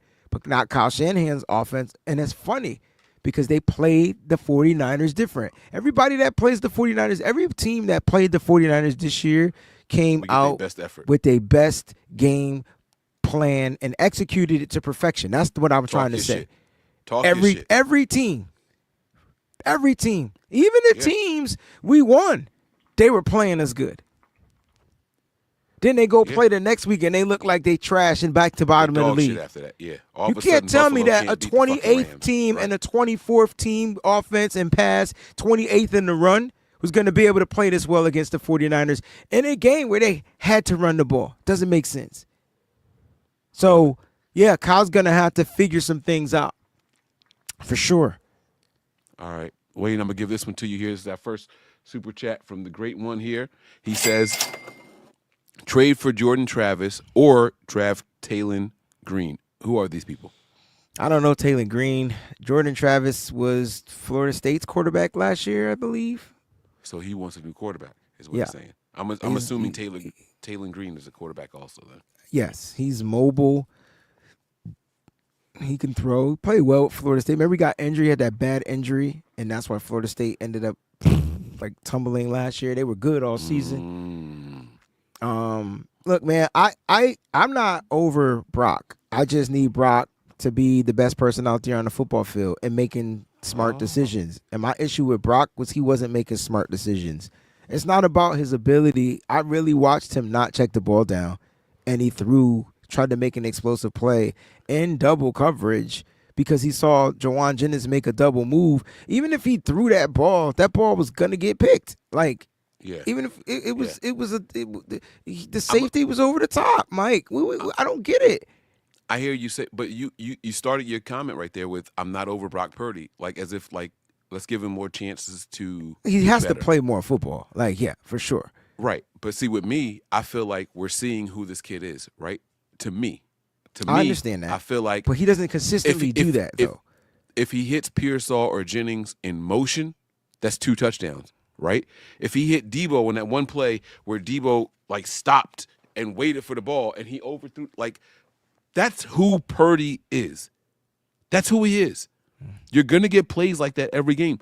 Me personally, I'm over it. But not all the time. That's the thing. Of course, not all the time. It's right. Not 100% of the time. Right. So then that's why you can't be over it because it's not consistent. Like, you know what I'm saying? If he consistently did that every single game, then yes.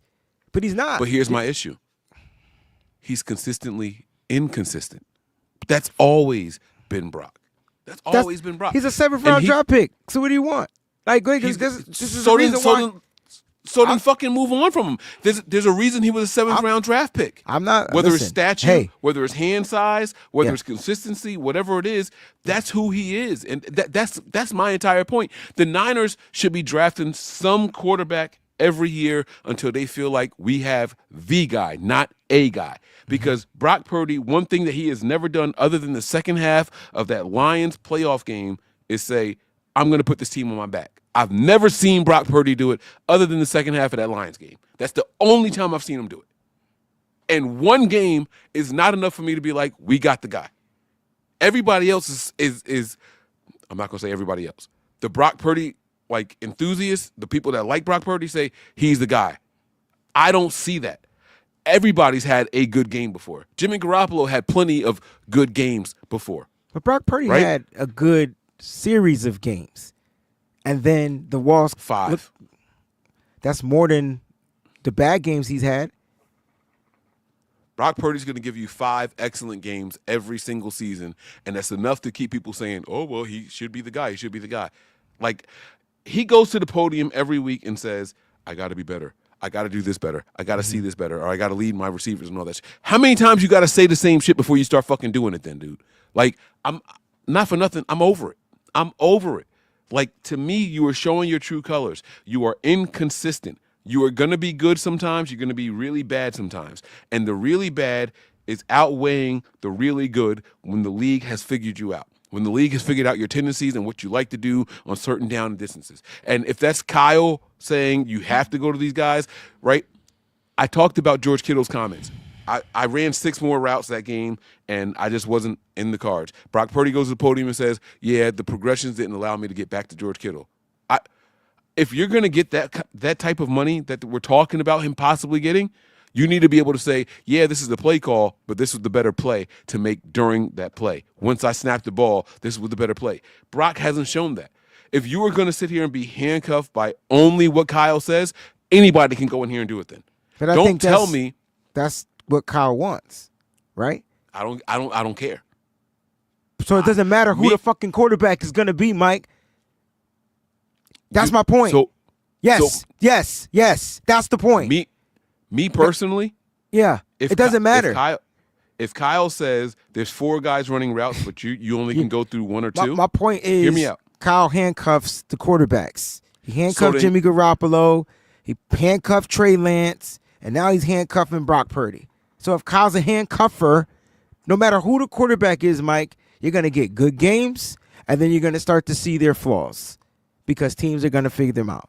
So then what's the answer? I'm asking you straight up. Then the answer is Kyle Shanahan. So are you saying move on, or are you saying Kyle needs to get better? I don't know. Kyle's not going to get better. If this is who Kyle Shanahan is, then he's not going to get better. But Kyle can't make the quarterback play better. Like, the quarterback got to just go out there and figure it out. That's what you're hoping. I think that interception throw. That was a bad throw. Yeah. Come on, Taylor was wide open underneath for at least the first down. At least the first down. Who? Oh, Patrick Taylor. 32. Yes. Yeah, the running back. Wide open underneath. For sure. He was sitting there just fucking sitting and nobody near him. He had a 7-yard radius around him and nobody was close. Yeah, he's missing the checkdowns. That's the one thing. How many times do we have to hear Purdy say, I got to take the play that's there instead of forcing it to whoever? Like, until dude, Kyle just Shanahan fucking moves do it, on. dude. Like, you asking the question that your head coach got to move on from the player. So be prepared to take it, because until he get it, that's what we going to get. So that's just might as well just throw that out the window, bro. Like, Kyle Shanahan likes Brock for right now until he sees something that comes along that woos him, right? Like I think that's kind of like what it is. All right. I'm not mad at your response at all. And I'm not mad at your response. I'm just saying, like, something's got to give, though. We both agree that the Niners can't and won't be successful long term if we continue to operate the way that we're operating right now. Yeah, we got to they got to get better. Like, and they got to, the key of football is progressing, not regressing. Mm-hmm. And so if you're regressing, that's why a lot of people want to move on from Debo, because they feel there's a regression there. Understood, right? I feel like it's more of the way that they're utilizing him, and I don't think he was drafted to be that wide receiver. I remember his rookie season, he was used more as a wide receiver before we knew he was special, right? And had this special grit and play with a different type of, fierceness or whatever. And then he became more of that Deebo Samuel type of guy, the bully guy. Like, you know what I'm saying? That wasn't his persona this season. He was asked to be a wide receiver, so he went out there to be a wide receiver, and he's just not a good one. But we all knew that. So I don't understand why we tripping if we knew he wasn't good. It's not about what he's getting paid. Like, I don't get it. Like, he got paid. He did what he needed to do. He got the contract, and now he's doing what he's asked to do. I don't understand. He might not be acing the test, but we can't take his money back. Yeah. He got paid. Yeah. Yep. All right. I want to hear from the leader of the defense. We're going to finish this up with Fred Warner. We're not going to go through the rest of them, and we'll see what else is said that is important. Like to have Dre back in there with you. It meant everything. We shared a moment before we went out and through the tunnel. Everything that he's gone through in his journey with rehab, and thinking about that moment in the Super Bowl and being able to finally go out there and be with him again, it meant everything. And he looked like Dre Greenlaw from the moment we started.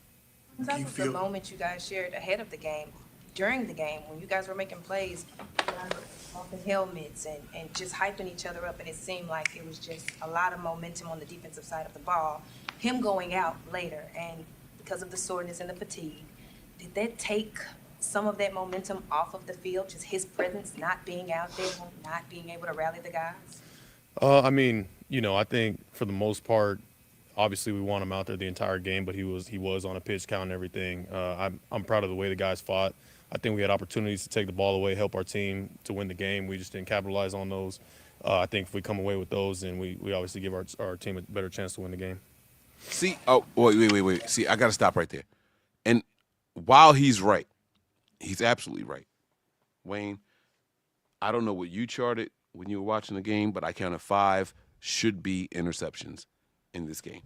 Yeah, you counted those joints on Demo. Those weren't interception-worthy passes, bro. Those was good PBUs. No.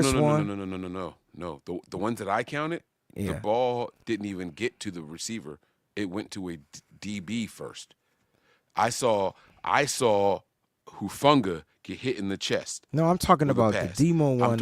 I'm 2 to Demo. I got 2 on Demo. Mhm.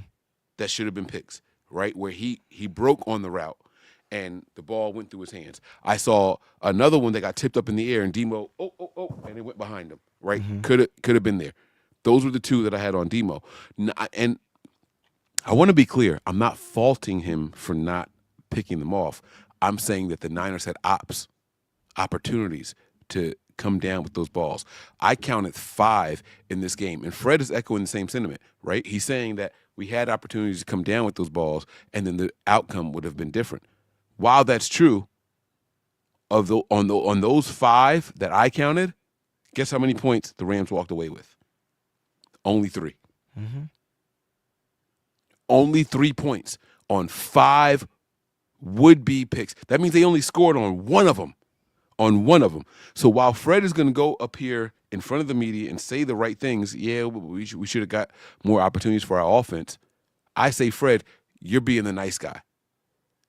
I'm saying that the Niners' offense really, really let us down, and the defense did just good enough to keep us in this all the way through. But I think you're both right. I think Fred is right. He's saying everything that's 100% correct. Even you said we should have had 5 picks. That's what he's saying. And you give your op. It don't matter what the offense do with the op. You give them the ball. You don't know what your offense is going to be able to do once they get that opportunity. And it's a different 100%. shorter to field. And even if we didn't score a touchdown, that could have been 5 extra field goals Jake Moody could have had attempts at, and then you win the game. So Fred is saying exactly the right thing. You're saying the right thing too. But bro, like at the end of the day, especially the ones that go through your hands, like the one Hufunga, like that was the main one. The other one was a tip pass because it went off the running back's hands and it was in the air. There's a couple of them that kind of like those are a little iffy. But the one that should have been caught was the Hufunga joint, and that could have been a pick 6. Fucking chest, bro.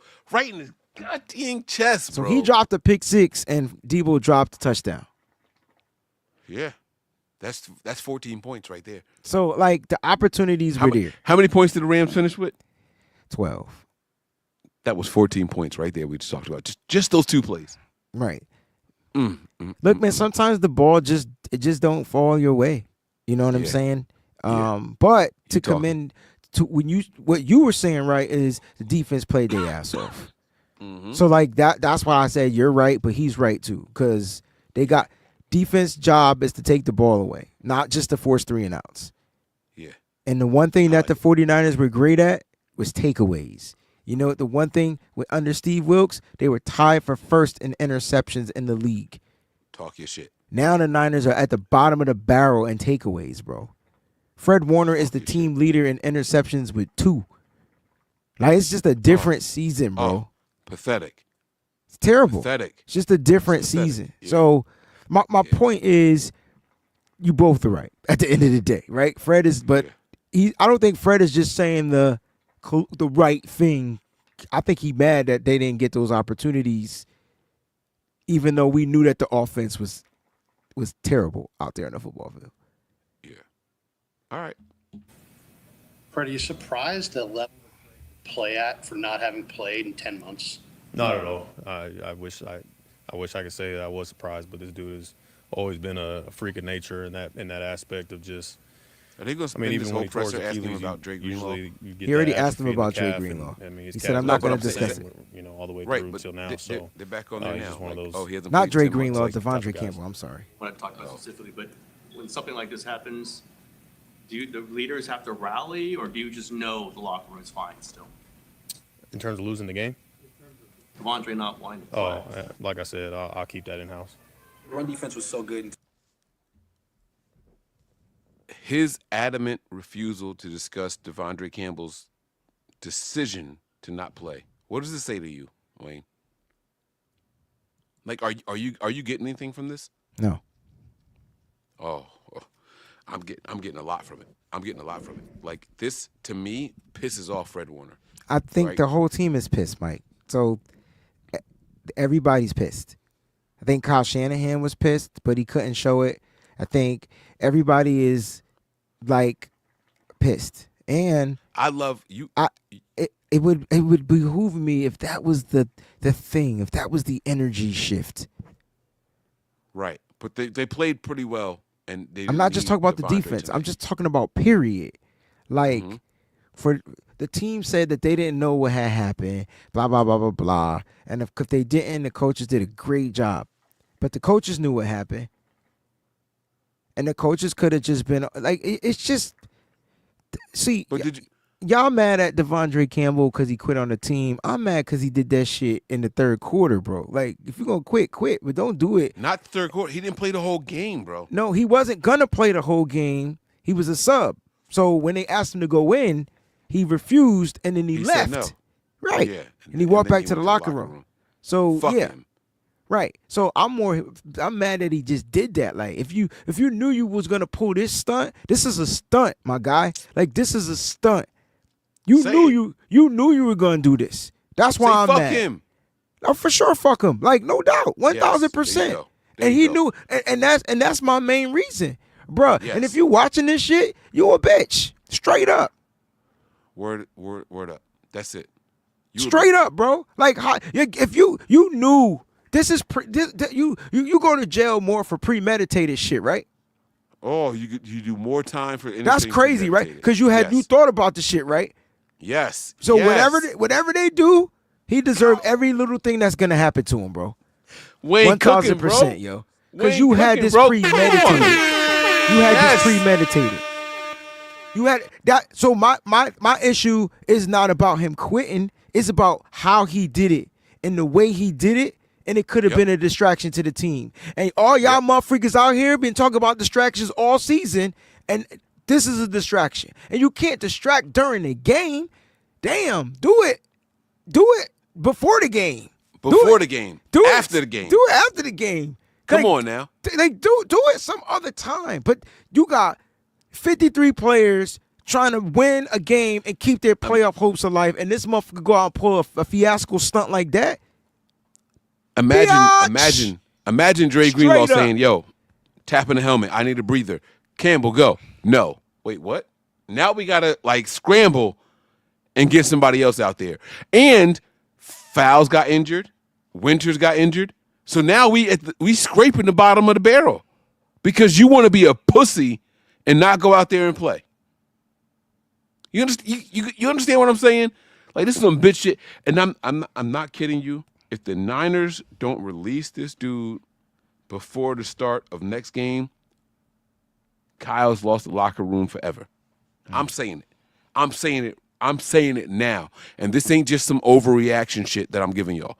I'm telling y'all right now, if the Niners don't release this guy, just straight up cut this dude. I just feel like this was a big distraction, Mike.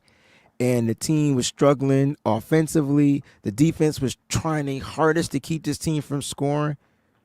Like the defense, Nick Sorensen, you had a couple of brain farts, man coverage on third down. Bruh, if you don't take that shit out your motherfucking playbook, bro, like no more man coverage. If we get beat in zone on third down, bet you by golly, wow. I watched Matthew Stafford run for 12 yards. We ain't even talk about that play. I think we forgot about that play because they still didn't get a touchdown, but they got a first down on third and 10. Kept the clock moving, huh? That little discipline stuff, bro. And granted, Malik Collins was held, but the refs called what they wanted to call. I ain't gonna bitch and complain and moan and complain about what the refs gonna call. I thought George Kittle had a couple of defensive PI that should have been called on him, but they made sure they got the OPI on him. Or holding. Sure did. Excuse me, the holding. They sure did. Or was it OPI? Sure I did. can't remember. Whatever it is. No, it was offensive pass interference. It was offensive pass interference. Man, come on, man. They made sure they got that. But I know he was interfered with twice. So, yo, and you know what was crazy, Mike? Somebody sent me in my DMs on X about the officiating. Like, and I wasn't even expecting it because it's not somebody that I know. And, you know, you get one of those private messages you got to click on, whatever. Let me see if I can find that joint. NFL Ref Stats. There's an account on Twitter called NFL Ref Stats. And they sent me about these referees and the crew sheet. Bro, we weren't going to win this game if I would have. And I shared it, but I was hoping nobody paid attention to it. We weren't winning this game. Just off of the ref sheet. We only had 4 penalties in this game. Doesn't matter. It's when they get called. It was when they got called. Talk your shit. The timing of them joints, man. That's the context behind penalties, bro. The context. Yeah. And we have more, but some of them got declined. So at the end of the day, like that Campbell stunt, like that's a problem. And so like at this point, you know, I agree with you, Mike. But again, I don't run the team. You don't run the team, and I'm sure he'll be here. He'll probably be on the team because I don't even think I don't know what the situation. I don't know. John Lynch not letting that go. If John Lynch allows him to stay on this team, I want John Lynch going. I'm telling you right now. I'm not judging Kyle. I'm telling you how I feel. I'm not judging Kyle because he's an offensive guy. Kyle don't give a fuck about what the defense do. Kyle don't give a fuck about what the special teams do. If John Lynch allows Campbell to stay on this team another week, I want John Lynch fired. I'm telling y'all right now. I just can't believe this cat did that, John, man. And you know what's crazy? That's all we talking about. Come on. Like I don't even want to talk about that. I want to talk about how bad this team was. And it doesn't even matter because we don't got no playoff chances anymore. So the season is a wash. So now we're going to be here for the shits and giggles, right? We're going to still content create, but we here for shits and giggles.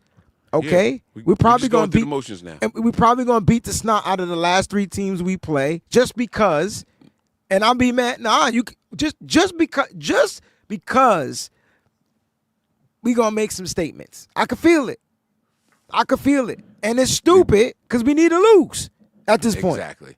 Get the draft picks. The postseason. The only way I feel like we set ourselves to lose is we just don't play the players. But that's not what Nick Bosa's saying. That's not what these guys saying. They saying we need to go out there. We need to strap up. We need to go back out there. So at the end of the day, bro, yeah, man. And when the offense can't score motherfreaking more than 6, the offense can't score, period, that's a problem. Oh, God. Come on, man.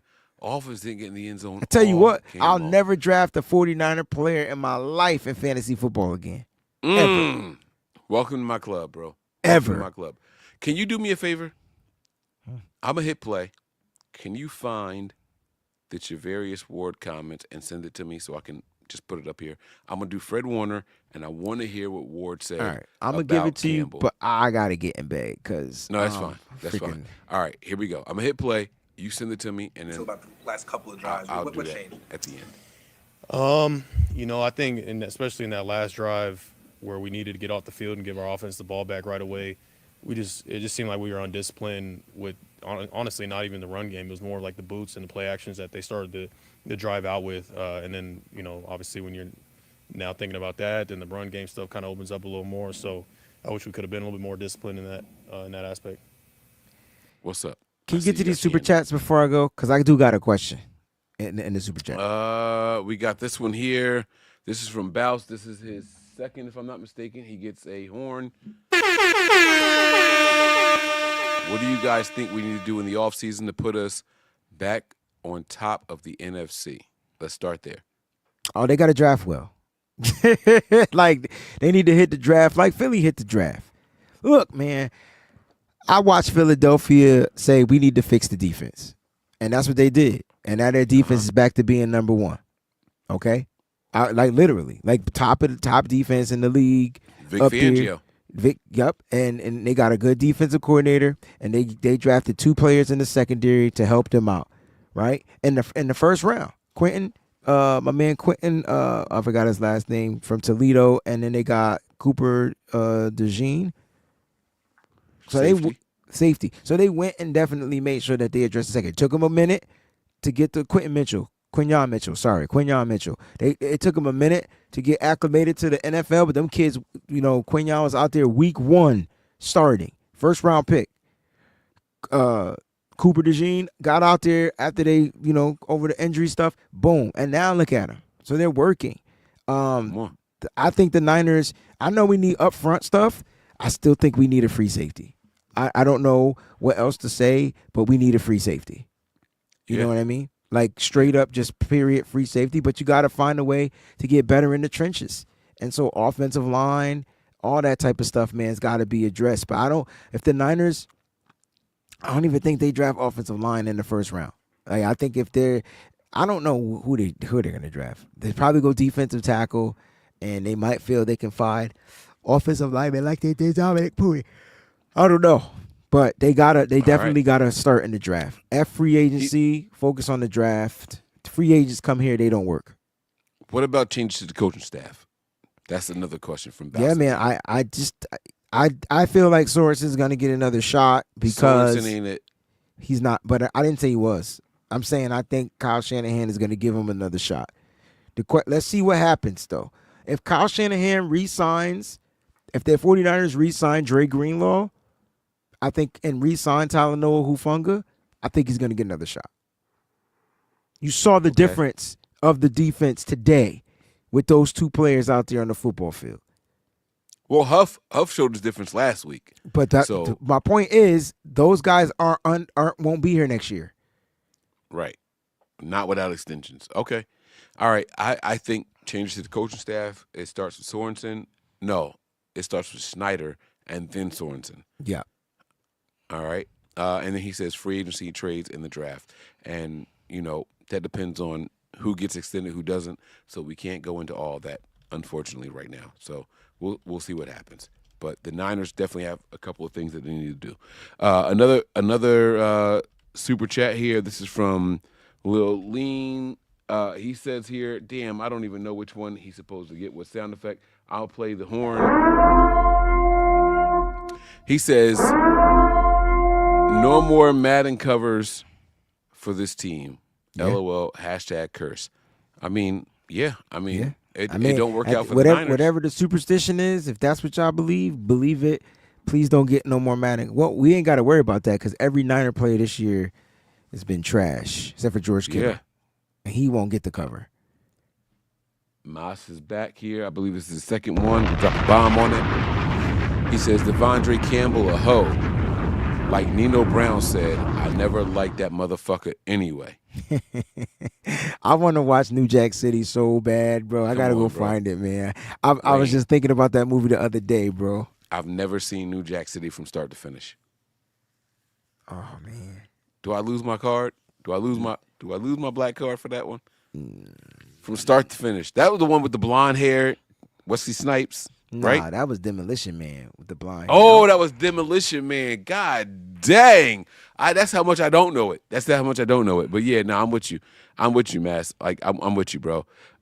Greg here, another one. Let's play it. Does Huff get released and scapegoated like Tart? I don't think so. Nah, he I definitely think Huff doesn't. is proving his worth. Huff is an all-pro. Tart was never all-pro. Hey, you know what, Mike? It just hit me that Huff got a club on his hand. Yeah. It's probably kind of hard to catch. Probably hard to catch that ball with one hand in the club. You know what I mean? Like, so you got to give him a pass on that. Yeah. We just need a healthy Huff. But the question is, will they re-sign him or extend him? He didn't play much this year. Yeah. I'm here. I'm in. I'm on them. Niner Cali boy, I've been playing horns for you. Yeah. Because Niner Cali boy got a couple of here tonight. He says here, talk about Brown's refusal to wrap up on any tackle. Brown does not wrap up. He is a shoulder thrower for sure. He's talking about Jair Brown. Wayne, what do you see when Jair Brown comes in to make an important tackle? I think I don't see wrapping up. Nah, man, he's gonna try to lay a big hit. He laid a big hit on was it Puka Nakua? It was one of them guys. He laid a big smack on him. He's just a big hitter, and he's got to get better. These are issues these are the fundamentals that I be talking about that I don't understand. Now it's weird because last season under Steve Wilkes, I felt like he was being taught. This year, I feel like he's just thrown out there, and he's not being taught. He's not being coached. That's why I said Sorensen or whoever the DB's coach is at this point, they're not doing well. Is it Bullocks? Is it Randy Bullocks? Daniel Bullocks. Yeah. Yeah. Daniel Bullocks. Yeah. So yeah, he's struggling, and when he puts his head down, the issue with him is when he puts his head down, he misses the tackle. Hey, there was a missed tackle in this game that was bad. It was Kyron Williams. He spun. Who did he spin on and get the extra yards? Please don't tell me that was Jair Brown. I don't know. They had him. Go back and watch. And then he spun out of it and then ended up getting 10 yards or whatever for a first down. Yeah, I was the pissed. first down. Yeah. Yeah. All right. All right. Let's finish up with Fred Warner. Then we'll get to the Mooney Ward. I don't know, like big picture, like maybe it's too soon, but like what happened this season? I mean, shouldn't be a 6-8 team. I'm sure you think. Yeah, I mean, I'll probably talk about it more when the season ends, but I think it was the story of the year of just not doing enough to win games, not playing complimentary, not just coming up a little too short, So I love that answer, by the way. If y'all don't know what not complimentary means, it means that when the offense was doing good, the defense wasn't. When the defense is doing good, the offense wasn't. Like I said, we've had one game all year where the offense and the defense complemented each other. We've had 0 games where all 3 phases complemented each other. And so that's what Fred Warner's point is right here. I'm not going to ask Wayne to chime in. We're going to keep this thing going. But that's what complementary football is. When your defense is on fire, your offense is holding teams and scoring points and having long, time-consuming drives. It's only happened one game, and that was against the Bears. It's the only time it's happened all year.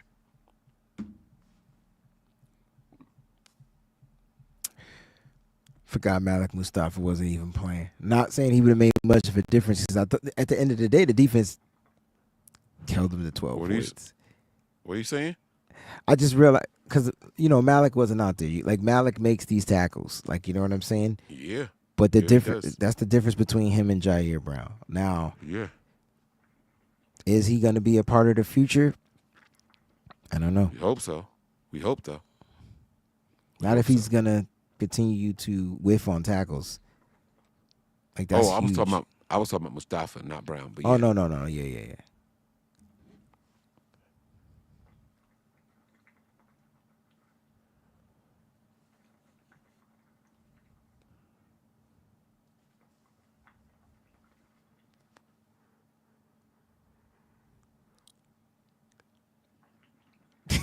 You tired, bro. You should just call it a night, bro. Read these super chats and call it a night. We do this on the BAM show tomorrow, man.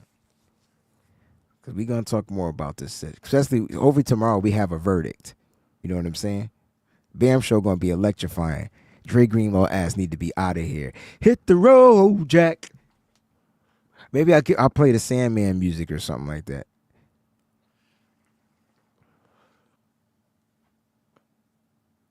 Mike is gone. I've never seen Mike gone before. Mike, can you hear me? Yeah, I'm here. Oh. We playing Nothing's playing right now. Oh shit. I thought Greenlaw. Yo, I've been playing Greenlaw this whole time. You stopped sharing it on the screen. I'm gonna let you. Why did it drop off? I never took it off.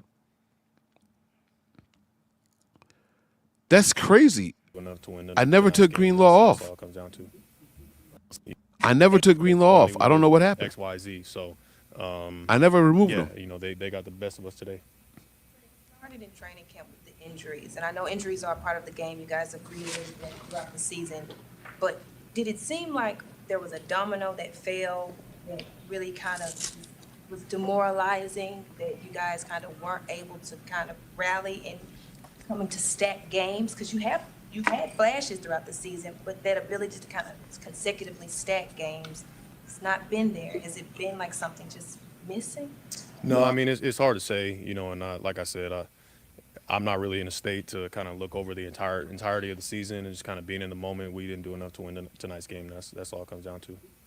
Was the game okay? Physically? Yeah. I know I had that scare in the beginning. Just kind of got my foot caught in the ground and just came out for one play, but that was it. All right, guys, thanks. All right. There we go. I'm comfortable hitting stop now. I apologize, guys. I thought Dre was on the whole time. I was wondering why Wayne was talking through the pressers, and I must have missed it. So, all right. The super chats that we have left here. Bandit Skulls. This is his first one. We'll play the ching sound. And he says here, we address the O-line and go from there. I don't know if we start with the offensive line, though. I don't know that we start there. Do you think that we go offensive line first? Depends where we draft him, man, and it depends on who's available. If the Niners are picking after 15, do you think what position? It depends who's available. Like, you know what I'm saying? True. I think they definitely need to get one of those premier offensive linemen, and I do want to apologize if I said that I wanted Greenlaw gone. I thought I said I wanted He Campbell meant to say gone. Campbell, but you did say Greenlaw, but I know you meant meant Campbell. So my apologies. Yeah. Hit the road, Jack. Yeah. So, but yeah, it depends on like who's there because, and it depends on the run on the position too. Like top 15 pick, there might not be a run on the tackles, and you could probably get one of the best tackles or in the league. Like, but do the Niners draft one of those offensive linemen, not a tackle? Do they draft one of those universe guys that could play all across the offensive line? I still say that the weakest link on our offensive line is the center position. Is the center position worth a first-round pick? That center's got to be able to move the mountains if he's going to be. So, like, I think that's where it starts. I understand Trent Williams is getting old. I understand that. But if he's going to give you another season, and you got guys, you look like you got Jalen Moore, you might want to re-sign him. You know what I'm saying? You might want to re-sign Jalen Moore, and you go ahead and you get the best offensive lineman available. Start with the trenches, man. You can find, hopefully you can find a DB, a safety. I mean, there's nobody in college right now other than, the kid Travis Hunter. Like, that's what you want, because he could play wide receiver or cornerback. But you gotta. The Niners are scheme based, so they gotta find players that fit their mold. But I want the Niners to change their mold. I'm bored. I think their mold is too basic and it's easy to figure out. This cover 2 crap is corny. Like, teams are running on it. Teams are throwing underneath, and we're giving up these passes. We're not good on third down. We don't have the players to play man. There's nothing wrong with playing man. We don't have the players to play man. Yeah, exactly. The personnel. Exactly. Yeah. So we got to see what happens here. Jimmy G has the next super chat here. This is the first one. He says here, we need a mobile quarterback. I would love to get Fields. And this is him looking at veterans that might be available next year. And I don't know. I don't think Kyle likes mobile quarterbacks. I don't know. I could be wrong here. But Wayne, what do you think? How do you think Kyle feels about mobile quarterbacks? I disagree. I think Kyle was when we had Trey Lance and Kyle was running with him. I know a lot of people didn't like it, but he felt that Trey Lance, I think Kyle felt that Trey Lance, even though he probably struggled in other areas, I think he was setting him up kind of like how the Bills utilized Josh Allen with the design quarterback runs, the power runs up the middle. Now, I understand that they got different frames and things like that, but I think that's what Kyle was trying to set up, and it's just unfortunate that Lance got injured. You know what I'm saying? Lance wasn't going to be the Lamar Jackson fast outside the pocket type of runner. He was going to be a guy that was going to run downhill and move the chains on designed runs. I think Kyle still wants something like that, but that would change the game. Yeah. Keep defenses playing honest. So I get where Jimmy G is coming from. Keep them playing honest. All right. My only issue with Justin Fields is, I don't know. Can he operate in the confines of an offense, like a schemed offense? No, I don't think that's he can. That's what the hiccup is. Yeah. Yeah. So, yeah. Niner Cali boy is back for the 4th time tonight. I can't believe it. Are you fucking kidding me? He says here it was Brown. Then Brown chirped him up. My bad. It is what it is, man. That was the one that missed the tackle? Okay, thank you. Yeah. It was Brown. So we'll see. And then the very last super chat we have of the night here is another person going 4 times. Are you fucking kidding me? Trent is retiring. You got to go left tackle no matter what. Can I ask a question? Have we been disappointed in Jalen Moore? No. I haven't. I don't know if I'm going left tackle first. That's the issue, Brandon. It's like if Trent does retire, and you saw what you saw from Jalen Moore, this makes me think they don't go left tackle. Right. If they like what they saw from Jalen Moore, so that's I like what I saw from Jalen Moore. It's if they like it though, and it doesn't matter what you like or what I like. It's just if the Niners like it, and I'm sure that do you like what you've seen from Jalen Moore? I do like it. I said I like it. It doesn't matter what we like. My point is, if the Niners like what they like from Jalen Moore, this complicates things. Yeah. You know what they're going to do? They're going to draft a left tackle and move him to right tackle to get rid of McKivitz. They always do some bullshit to outsmart themselves, and this just feels like the right one, right? Let's draft a guy who's played left tackle for 2 or 3 years in college and then move him to right tackle because we're smarter than everybody else. It just feels like what the Niners would do in the situation, and we're going to end up wasting another draft pick. I'm with Brandon. I want them to go tackle because you got to prepare for the future. But the question is the best tackle, will they get the best tackle, or are they going to have to settle for not the best tackle at 15? Right. And see, that's why I was saying earlier, Brandon, that it depends on who falls, who goes, the first 14 spots. That's the issue. Now, if there's a run on tackles, it shouldn't be, because there's going to be some wide receivers that's going to probably go early or maybe not. Maybe running backs get drafted early, probably not. But I'm just saying, it depends on who's there, man. That's all. That's all.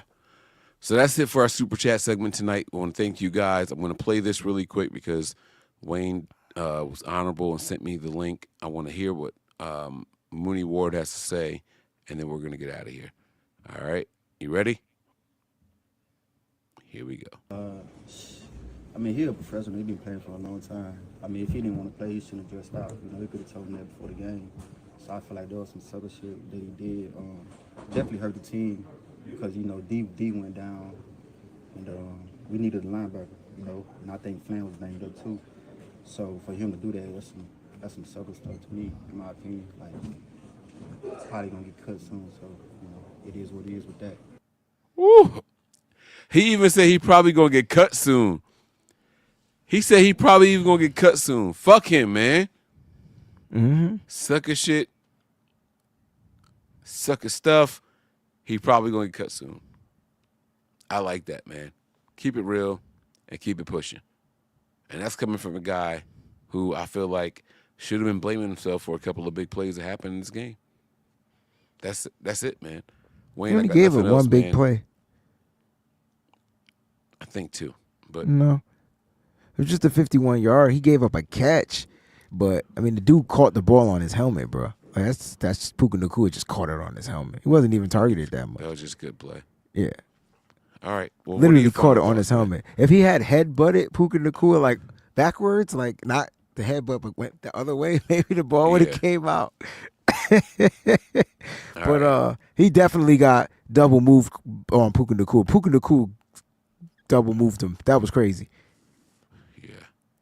All right, y'all. Man, listen, that was it for tonight. We hope you guys enjoyed tonight's episode of the Overreaction Show. Playoff hopes are done. Niners are just playing for pride at this point, and draft position. I hope that the Niners find ways to look competitive but lose every game going forward. That's me personally. I doubt that I'm going to change my mind. You know what? After It's funny, Sunday, Mike. I have a better idea. If everybody else loses that's ahead of the Niners, then I'll have something different to say. But until then, that's not gonna happen. But you know what? They got to play Miami, and if Miami lose, and then they play us next Sunday, we go there. Like we're gonna be playing for draft position. It won't matter. Oh, draft. Okay, yeah. See, cut me off before you even finish. Let me finish what I got to say. I'm thinking about playoffs. That's what No, playoffs are done. Playoffs, he was in draft. Yeah, playoffs are done. Like that. It's a 0.1% chance at this point. Right. It's bad. It's low. Yeah. It's low. So, but how crazy and ironic would it be that Mike McDaniels and Kyle Shanahan will be playing for wherever that draft spot is. Same records. You know what I mean? So that's why it could get interesting. It's going to be fun to watch, man. Y'all 49er fans, make sure y'all stick in. Stay locked in with us, man, unlike Debo. Stay locked in with us, man. Like, you know what I'm saying? Because we're going to have fun regardless. Bam show tomorrow. I'll find out from Mike what time he want to go. And we gonna talk that sucker shit. That's what we going to do. I ain't recapping no game. I just want to talk sucker shit. There you go. That's it, man. Y'all know the deal already. Make sure y'all subscribe to the Wayne Breezy channel. Thank you all for subscribing over here on Nothing But Niners. And if you are not part of the Patreon community, patreon.com/MB9ERS, where you're getting up out of here. You'll have a fantastic night. Prepare for glory. Anticipate pain. But always remain faithful, y'all. Faithful. Stay faithful. We all gas, no brakes, pumped up, no fakes. We spinning, we winning, we high stakes. We never miss, we all makes. Look at us dudes trying to prove, bringing you news with nothing to lose. Mike, Nick, Tony, Wayne, Method Man, we bring the pain. Hey, see, I'ma confess it. We under the pressure. If you looking to find us, we them nothing but Niners. Niners. We nothing but Niners. We nothing but Niners. We nothing but. We them nothing but Niners.